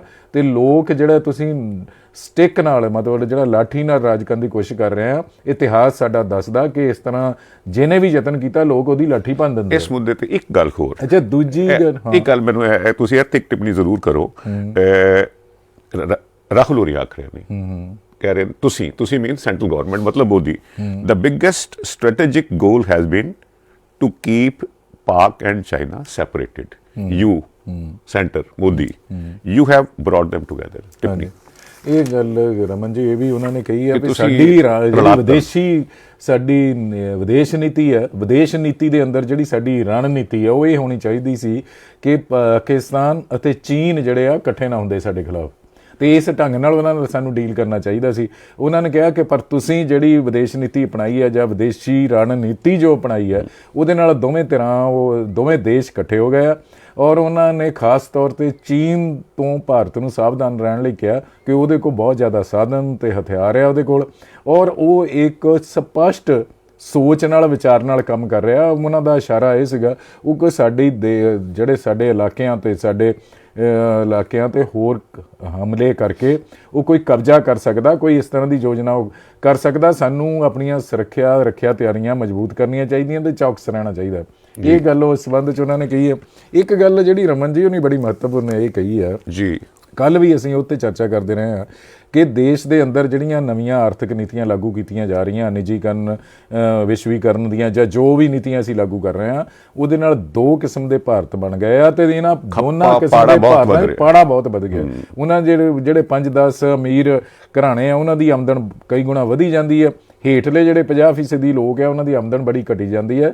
ਤੇ ਉਹਨਾਂ ਨੇ ਚੇਤਾਵਨੀ ਦਿੱਤੀ ਹੈ ਸਰਕਾਰ ਨੂੰ ਕਿ ਜੇ ਇਸ ਪਾੜੇ ਨੂੰ ਤੁਸੀਂ ਘਟਾਉਣਾ ਤੇ ਦਰਮਿਆਨੀਆਂ ਤੇ ਛੋਟੀਆਂ ਸਨਅਤਾਂ ਤੇ ਜਿਹੜੇ ਵੱਖ-ਵੱਖ ਸਮਾਜ ਦੇ ਜਿਹੜੇ ਹੇਠਲੀ ਸ਼੍ਰੇਣੀ ਦੇ ਕਿਰਤੀ ਆ ਉਹਨਾਂ ਨੂੰ ਮਜ਼ਬੂਤ ਕਰਨ ਦੀ ਲੋੜ ਆ ਤਾਂ ਕਿ ਇਹ ਪਾੜਾ ਘਟੇ। ਕਿਉਂਕਿ ਉਹਨਾਂ ਨੇ ਕਿਹਾ ਵੀ ਜਿਹੜਾ ਗੈਰ ਸੰਗਠਿਤ ਖੇਤਰ ਆ ਉਹਦੇ 'ਚ ਹੀ ਰੁਜ਼ਗਾਰ ਜ਼ਿਆਦਾ ਹੁੰਦਾ, ਗੈਰ ਸੰਗਠਿਤ ਖੇਤਰ ਨੂੰ ਬਚਾਉਣ ਦੀ ਲੋੜ ਹੈਗੀ ਆ। ਤੇ ਉਹਨਾਂ ਨੇ ਕਿਹਾ ਵੀ ਜੇ ਨੀਤੀਆਂ ਇਸੇ ਤਰ੍ਹਾਂ ਰਹੀਆਂ ਜਿੱਦਾਂ ਦੀਆਂ ਤੁਹਾਡੀਆਂ ਚੱਲਦੀਆਂ ਤੇ ਜਿਹੜਾ ਭਾਰਤ ਹੈ ਜਿਹਨੂੰ ਨੌਕਰੀਆਂ ਨਹੀਂ ਮਿਲ ਰਹੀਆਂ, ਜਿਹੜਾ ਦੂਜਾ ਜਿਹਦੇ ਰੁਜ਼ਗਾਰ ਦੇ ਸਾਧਨ ਖਤਮ ਹੋ ਰਹੇ ਆ, ਇਹ ਚੁੱਪ ਕਰਕੇ ਨਹੀਂ ਬੈਠੇਗਾ। ਉਹਨਾਂ ਨੇ ਇਹ ਗੱਲ ਕਹੀ। ਬਹੁਤ ਵੱਡਾ ਤਬਕਾ ਹੈ ਜੀ ਮੁਲਕ ਦਾ, ਬਹੁਤ ਵੱਡਾ ਫੀਸਦ ਹੈ ਜਿਵੇਂ ਆਪ ਜੀ ਨੇ ਜ਼ਿਕਰ ਕੀਤਾ ਹੈ, ਜਿਸ ਨੂੰ ਹਮੇਸ਼ਾ ਆਰਥਿਕ ਤੌਰ 'ਤੇ ਸਮਰੱਥ ਮਜ਼ਬੂਤ ਬਣਾਉਣ ਦੀ ਲੋੜ ਬਣੀ ਰਹੀ ਹੈ। ਔਰ ਖ਼ਾਸ ਤੌਰ 'ਤੇ ਬੀਤੇ 2 ਸਾਲਾਂ ਦੇ ਵਿੱਚ ਕੋਵਿਡ ਦੀ ਵੰਗਾਰ ਤੋਂ ਬਾਅਦ ਜਿਹੜੀ ਇਹ ਹੈ ਜ਼ਰੂਰਤ ਕਿਤੇ ਹੋਰ ਵੱਧ ਗਈ, ਕਿਉਂਕਿ ਕਿੰਨੇ ਕਰੋੜ ਲੋਕਾਂ ਨੇ ਐਡੀਸ਼ਨਲ ਵਾਧੂ ਉਸ ਦੀ ਬਹੁਤ ਵੱਡੀ ਮਾਰ ਚੱਲੀ ਹੈ ਔਰ ਉਹ ਰੁਜ਼ਗਾਰ ਤੋਂ ਬਾਹਰ ਹੋਏ ਨੇ, ਉਹ ਬੇਰੁਜ਼ਗਾਰ ਹੋਏ ਨੇ। ਤਾਂ ਇਹ ਆਪਣੇ ਆਪ 'ਚ ਇੱਕ ਨਿਰੰਤਰ ਵੰਗਾਰ ਹੈ। ਆਖਰ ਦੇ ਵਿੱਚ ਮਾਨਕ ਸਾਹਿਬ 1-1.5 ਮਿੰਟ ਦੇ ਵਿੱਚ ਟਿੱਪਣੀ ਕਰ ਦਿਓ। ਨਵਜੋਤ ਸਿੱਧੂ ਦੀ ਗੱਲ ਅਸੀਂ ਹੋਰ ਸੰਦਰਭ 'ਚ ਕੀਤੀ ਸੀ। ਇੱਕ 1988 ਦਾ ਪੁਰਾਣਾ ਕੇਸ ਹੈ, ਨਵਜੋਤ ਸਿੱਧੂ ਹੋਰਾਂ ਨੂੰ ਲੈ ਕੇ ਉਹਨਾਂ ਦੀ ਝੜਪ ਪਟਿਆਲੇ ਹੋਈ ਸੀ ਔਰ ਤੂੰ ਮੈਂ ਤੋਂ ਗੱਲ ਕਿਤੇ ਅੱਗੇ ਵੱਧ ਕੇ ਸ਼ਖਸ ਦੀ ਮੌਤ ਹੋ ਗਈ ਸੀ। ਹਾਂਜੀ, ਉਹਨਾਂ ਨੂੰ ਬਰੀ ਹੋ ਗਏ ਕੇਸ 'ਚੋਂ। ਬੜਾ ਲੰਮਾ ਸਮਾਂ ਚੱਲਿਆ, ਹਾਈ ਕੋਰਟ ਨੇ ਸਜ਼ਾ ਦੇਤੀ, ਗੈਰ ਇਰਾਦਤਨ ਹੱਤਿਆ ਦੀ 3 ਸਾਲ ਦੀ, ਸੁਪਰੀਮ ਕੋਰਟ ਨੇ ਸਟੇ ਦੇਤੀ ਔਰ ਫਿਰ ਉਹਨਾਂ ਨੂੰ ਇੱਕ ਮਾਮੂਲੀ ਜਿਹੀ ਮੰਨ ਲਿਆ ਗਿਆ ਕਿ ਉਹਨਾਂ ਦਾ ਕਿਤੇ ਮਾਮੂਲੀ ਕਸੂਰ ਹੈ ਤੇ ਕਾਨੂੰਨ ਦੇ ਇੱਕ ਦਾਇਰੇ 'ਚ ਜਿਵੇਂ ਸੁਪਰੀਮ ਕੋਰਟ ਨੇ ਪਰਿਭਾਸ਼ਿਤ ਕੀਤਾ ਉਹਨਾਂ ਨੂੰ 1000 ਰੁਪਏ ਦਾ ਜੁਰਮਾਨਾ ਕਰਤਾ ਗਿਆ ਸੀ। ਉਹਦੇ ਉੱਪਰ ਰਿਵਿਊ ਪਟੀਸ਼ਨ ਜਿਹੜੀ ਸੰਬੰਧਿਤ ਧਿਰ ਹੈ ਜਿਨ੍ਹਾਂ ਦੇ ਘਰ ਦਾ ਜੀ ਚਲਾ ਗਿਆ, ਉਹਨਾਂ ਨੇ ਰਿਵਿਊ ਪਟੀਸ਼ਨ ਲਗਾਈ ਸੀ ਕਿ ਬਈ ਆਪਣੇ ਫੈਸਲੇ ਤੇ ਮੁੜ ਵਿਚਾਰ ਕਰੋ। ਉਹਦੀ ਅੱਜ ਸੁਣਵਾਈ ਹੈ। ਹਾਂਜੀ, ਇਸ ਬਾਰੇ ਦਰਸ਼ਕਾਂ ਨੂੰ ਥੋੜੀ ਜਾਣਕਾਰੀ ਦੇ ਦਿਓ, ਕੀ ਹੈ, ਕਿਵੇਂ ਹੋ ਸਕਦਾ ਹੈ, ਕੀ ਹੋਣ ਜਾ ਰਿਹਾ। ਰਮਨ ਜੀ, ਜਿਸ ਤਰ੍ਹਾਂ ਤੁਸੀਂ ਦੱਸਿਆ ਹੀ ਆ ਕਿ ਉਹਨਾਂ ਨੇ ਪਟਿਆਲੇ ਦੇ ਅੰਦਰ ਜਿਹੜੇ ਪਾਰਕਿੰਗ ਅਤੇ ਗੱਡੀ ਪਾਰਕ ਕਰਨ ਦੇ ਮੌਕੇ 'ਤੇ ਉਹਨਾਂ ਦਾ ਝਗੜਾ ਹੋ ਗਿਆ ਸੀਗਾ ਤੇ ਉਹਦੇ 'ਚ ਜਿਹੜਾ ਇਹਨਾਂ ਦੀ ਹੱਥੋਂ ਪਾਈ ਹੋ ਗਈ ਸੀ, ਉਹ ਸੰਬੰਧਿਤ ਵਿਅਕਤੀ ਦੀ ਮੌਤ ਹੋ ਗਈ। ਉਹ ਤੋਂ ਬਾਅਦ ਲੰਮਾ ਕੇਸ ਚੱਲਿਆ ਜਿਹੜਾ ਹੇਠਲੀ ਅਦਾਲਤ 'ਚ, ਫਿਰ ਹਾਈ ਕੋਰਟ 'ਚ 32 ਸਾਲ 33 ਸਾਲ ਹੋ ਗਏ, 32-33 ਸਾਲ ਹੋ ਗਏ ਤੇ ਫਿਰ ਸੁਪਰੀਮ ਕੋਰਟ 'ਚ ਗਿਆ। ਜਿਸ ਤਰ੍ਹਾਂ ਤੁਸੀਂ ਜ਼ਿਕਰ ਕੀਤਾ, ਉਹਨਾਂ ਨੇ 1000 ਇਹਨਾਂ ਨੂੰ ਸਜ਼ਾ ਦੇ ਕੇ, ਬਾਕੀ ਕੋਈ ਬਹੁਤੀ ਸਜ਼ਾ ਇਹਨਾਂ ਨੂੰ ਦਿੱਤੀ ਨਹੀਂ ਸੀ। ਤੇ ਹੁਣ ਜਿਹੜੀ ਉਹ ਪਰਿਵਾਰ ਹੈ ਜਿਨ੍ਹਾਂ ਦੇ ਵਿਅਕਤੀ ਮਾਰੇ ਗਏ ਸੀਗੇ, ਉਹਨਾਂ ਨੇ ਜਾ ਕੇ ਸੁਪਰੀਮ ਕੋਰਟ 'ਚ ਮੁੜ ਜਿਹੜੀ ਇਹ ਦਰਖਾਸਤ ਦੇਤੀ ਹੈ ਕਿ ਇਹ ਸਜ਼ਾ ਨਾ ਕਾਫੀ ਹੈ, ਸਜ਼ਾ ਹੋਰ ਵਧਾਈ ਜਾਏ ਜੀ। ਤੇ ਇਹਦੇ 'ਚ ਹੁਣ ਦੇਖਣਾ ਇਹ ਬਣਦਾ ਕਿ ਅਦਾਲਤ ਜਿਹੜੀ ਆ ਇਸ ਮਾਮਲੇ 'ਤੇ ਕੀ ਰੁਖ ਅਖਤਿਆਰ ਕਰਦੀ ਹੈ। ਜਿਹੜੇ ਕਾਨੂੰਨੀ ਮਾਹਰ ਆ ਉਹ ਜ਼ਿਆਦਾ ਦੱਸ ਸਕਦੇ ਆ, ਪਰ ਇੱਕ ਮੈਨੂੰ ਜੋ ਸੁਪਰੀਮ ਕੋਰਟ ਦਾ ਇਸ ਕੇਸ ਦੇ ਮਾਮਲੇ 'ਚ ਪਿੱਛੇ ਰਿਹਾ ਜਿਸ ਤਰ੍ਹਾਂ ਦਾ ਵਤੀਰਾ, ਤੇ ਮੈਨੂੰ ਲੱਗਦਾ ਨਹੀਂ ਕਿਉਂਕਿ ਬਹੁਤ ਜ਼ਿਆਦਾ ਕੋਈ ਸਜ਼ਾ ਹੁਣ ਉਹਨਾਂ ਨੂੰ ਦੁਬਾਰਾ ਕੋਰਟ ਦੇਗਾ ਇਸ ਮਾਮਲੇ ਨੂੰ ਦੁਬਾਰਾ ਕੇਸ ਖੋਲ੍ਹਦਾ ਹੋਇਆ। ਪਰ ਪਹਿਲੀ ਗੱਲ ਤਾਂ ਧਾਰਾ ਨਹੀਂ ਬਦਲਣੀ ਹੈ, ਉਹਨਾਂ ਹੀ ਵਿਚਾਰ ਕਰਨਾ। ਹਾਂਜੀ ਹਾਂਜੀ, ਤੇ ਉਹਦੇ 'ਚ ਇੰਨਾ ਜਿਹੜੀ ਪਰੇਸ਼ਾਨੀ ਜ਼ਰੂਰ ਹੈ ਇਸ ਵੇਲੇ, ਜਦੋਂ ਉਹ ਸਾਰਾ ਧਿਆਨ ਉਹਨਾਂ ਦਾ ਚੋਣਾਂ ਵੱਲ ਲੱਗਿਆ ਹੋਇਆ, ਚੋਣਾਂ ਜ਼ਿੰਦਗੀ ਮੌਤ ਦੀ ਲੜਾਈ ਬਣੀ ਹੋਈ ਹੈ ਨਵਜੋਤ ਸਿੰਘ ਸਿੱਧੂ ਲਈ, ਤੇ ਉਸ ਵੇਲੇ ਇੱਕ ਹੋਰ ਫਰੰਟ ਖੁੱਲ੍ਹ ਗਿਆ। ਤੇ ਹੋਰ ਫਰੰਟ ਸੁਪਰੀਮ ਕੋਰਟ 'ਚ ਦਾ ਕੀ ਹੋਣਾ ਕੀ ਨਹੀਂ ਹੋਣਾ ਵਕੀਲਾਂ ਨੇ ਦੇਖਣਾ ਉਹਦੇ ਨਾਲ। ਪਰ ਰਾਜਨੀਤਿਕ ਤੌਰ ਤੇ ਜੀ ਇੱਕ ਪੁਰਾਣਾ ਕੇਸ ਜਿਹਦੇ 'ਚ ਤੁਹਾਡੇ ਨਾਲ ਜਿਹੜੀ ਤੁਹਾਡੀ ਹੱਥੋਂ ਪਾਈ ਜਾਂ ਝੜਪ ਹੋਈ ਉਹਦੇ 'ਚ ਵਿਅਕਤੀ ਮਰਿਆ ਸੀ, ਇਹ ਗੱਲ ਮੁੜ ਕੇ ਲੋਕਾਂ ਦੇ ਮਨਾਂ 'ਚ ਤਾਜ਼ਾ ਹੋ ਜਾਣੀ, ਨੈਗੇਟਿਵ ਅਸਰ ਤਾਜ਼ਾ ਹੋ ਜਾਣੀ। ਉਹਦਾ ਨਾ ਪੱਖੀ ਅਸਰ ਪੈਂਦਾ ਕਿ ਜਿਹਨੂੰ ਅਸੀਂ ਮੁੱਖ ਮੰਤਰੀ ਬਣਨ ਦਾ ਦਾਅਵਾ ਕਰ ਰਿਹਾ ਉਹਦੀ ਇੱਕ ਲੜਾਈ ਹੋਈ ਹੈ, ਇੱਕ ਬੰਦਾ ਮਰ ਗਿਆ, ਗੱਲ ਨੂੰ ਰਿਵਾਈਵ ਕਰਨਾ, ਯਾਦ ਕਰਨਾ। ਹਾਂਜੀ ਹਾਂਜੀ, ਉਹਦੇ ਨਾਲ ਇੱਕ ਨਾ ਪੱਖੀ ਜਿਹੜਾ ਪ੍ਰਭਾਵ ਜ਼ਰੂਰ ਬਣਦਾ ਹੈ ਜੀ। ਇੱਥੇ ਗੱਲ ਮੁਕਾਈਏ ਕਿ ਕੱਲ ਇਹ ਫੈਸਲਾ ਅੱਜ ਆ ਜਾਣਾ ਹੈ ਔਰ ਤੁਹਾਨੂੰ ਸਾਡੇ ਚੈਨਲ ਤੋਂ ਹੋਰ ਨਜ਼ਰੀਏ ਵੀ ਪਤਾ ਲੱਗ ਜਾਏਗਾ। ਔਰ ਇਹ ਵੀ ਹੈ ਕੱਲ ਅੰਮ੍ਰਿਤਸਰ 'ਚ ਉਹਨਾਂ ਦੀਆਂ ਸਿੱਧੂ ਸਾਹਿਬ ਦੀਆਂ ਦੱਸਦੇ ਨੇ, ਕਿਉਂਕਿ ਇਲੈਕਸ਼ਨ ਸਾਹਿਬ ਜੀ ਜਿਵੇਂ ਜ਼ਿਕਰ ਕਰ ਰਹੇ 10-12 ਮੀਟਿੰਗਾਂ ਸਨ, ਸਾਰੀਆਂ ਮੀਟਿੰਗਾਂ ਵਿੱਚ ਛੱਡ ਕੇ ਕੱਲ ਉਹ ਕਟੜੇ ਵੈਸ਼ਨੋ ਦੇਵੀ ਮਾਤਾ ਤੇ ਮੱਥਾ ਟੇਕਣ ਚਲੇ ਗਏ। ਹੋ ਸਕਦੇ ਕਿਤੇ ਕੋਈ ਦੁਆ ਅਜਿਹੀ ਕਰਨ ਗਏ ਹੋਣ, ਜੇ ਤੁਸੀਂ ਗੱਲ ਕੀਤੀ ਕੋਈ ਨੈਗੇਟਿਵ ਅਸਰਾਤ ਘੱਟ ਹੋਣ, ਲੜਾਈ ਜ਼ਿੰਦਗੀ ਮੌਤ ਦੀ ਹੈ, ਵਿੱਚੋਂ ਨਿਕਲ ਕੇ ਉੱਧਰ ਗਏ, ਮੱਥਾ ਟੇਕ ਕੇ ਆਏ, ਆਸ਼ੀਰਵਾਦ ਲੈਣ ਗਏ ਹੋਣਗੇ। ਚਲੋ ਗੱਲ ਤੇ ਹੈ ਕਿ ਪੰਜਾਬ ਦੀ ਸਿਆਸਤ ਜਿਹੜੀ ਹੈ ਕੁਛ ਇਹਨਾਂ ਰਾਹਾਂ ਤੇ ਚੱਲੇ ਕਿ ਵੱਡਿਆਂ ਦੇ ਨਾਲ ਜਿਹੜੇ ਛੋਟੇ ਲੋਕ ਨੇ, ਆਮ ਲੋਕ ਨੇ, ਉਹਨਾਂ ਦੇ ਜੀਵਨ ਦੇ ਵਿੱਚ ਕਿਵੇਂ ਹਨੇਰਿਆਂ 'ਚੋਂ ਬਾਹਰ ਨਿਕਲ ਕੇ ਰੌਸ਼ਨੀ ਹੋ ਸਕਦੀ ਹੈ, ਉਹ ਕਿਤੇ ਵਧੇਰੇ ਸਮਰੱਥ ਹੋ ਸਕਦੇ ਨੇ, ਬਿਹਤਰ ਜੀਵਨ ਜੀ ਸਕਦੇ ਨੇ। ਇਸੇ ਕਾਮਨਾ ਦੁਆ ਆਸ ਨਾਲ ਅਸੀਂ ਜੋ ਹੈ ਅੱਜ ਦਾ ਪ੍ਰੋਗਰਾਮ ਮੁਕਾਉਣਾ ਹੈ, ਸਮਾਂ ਹੋ ਚੁੱਕਿਆ ਹੈ। ਸ਼ੁਕਰੀਆ ਮਾਨਕ ਸਾਹਿਬ ਆਪ ਜੀ ਦਾ। ਸ਼ੁਕਰੀਆ ਜੀ, ਬਹੁਤ ਬਹੁਤ ਔਰ ਸ਼ੁਕਰੀਆ ਸਾਡੇ ਦਰਸ਼ਕ ਸਾਥੀਆਂ ਦਾ।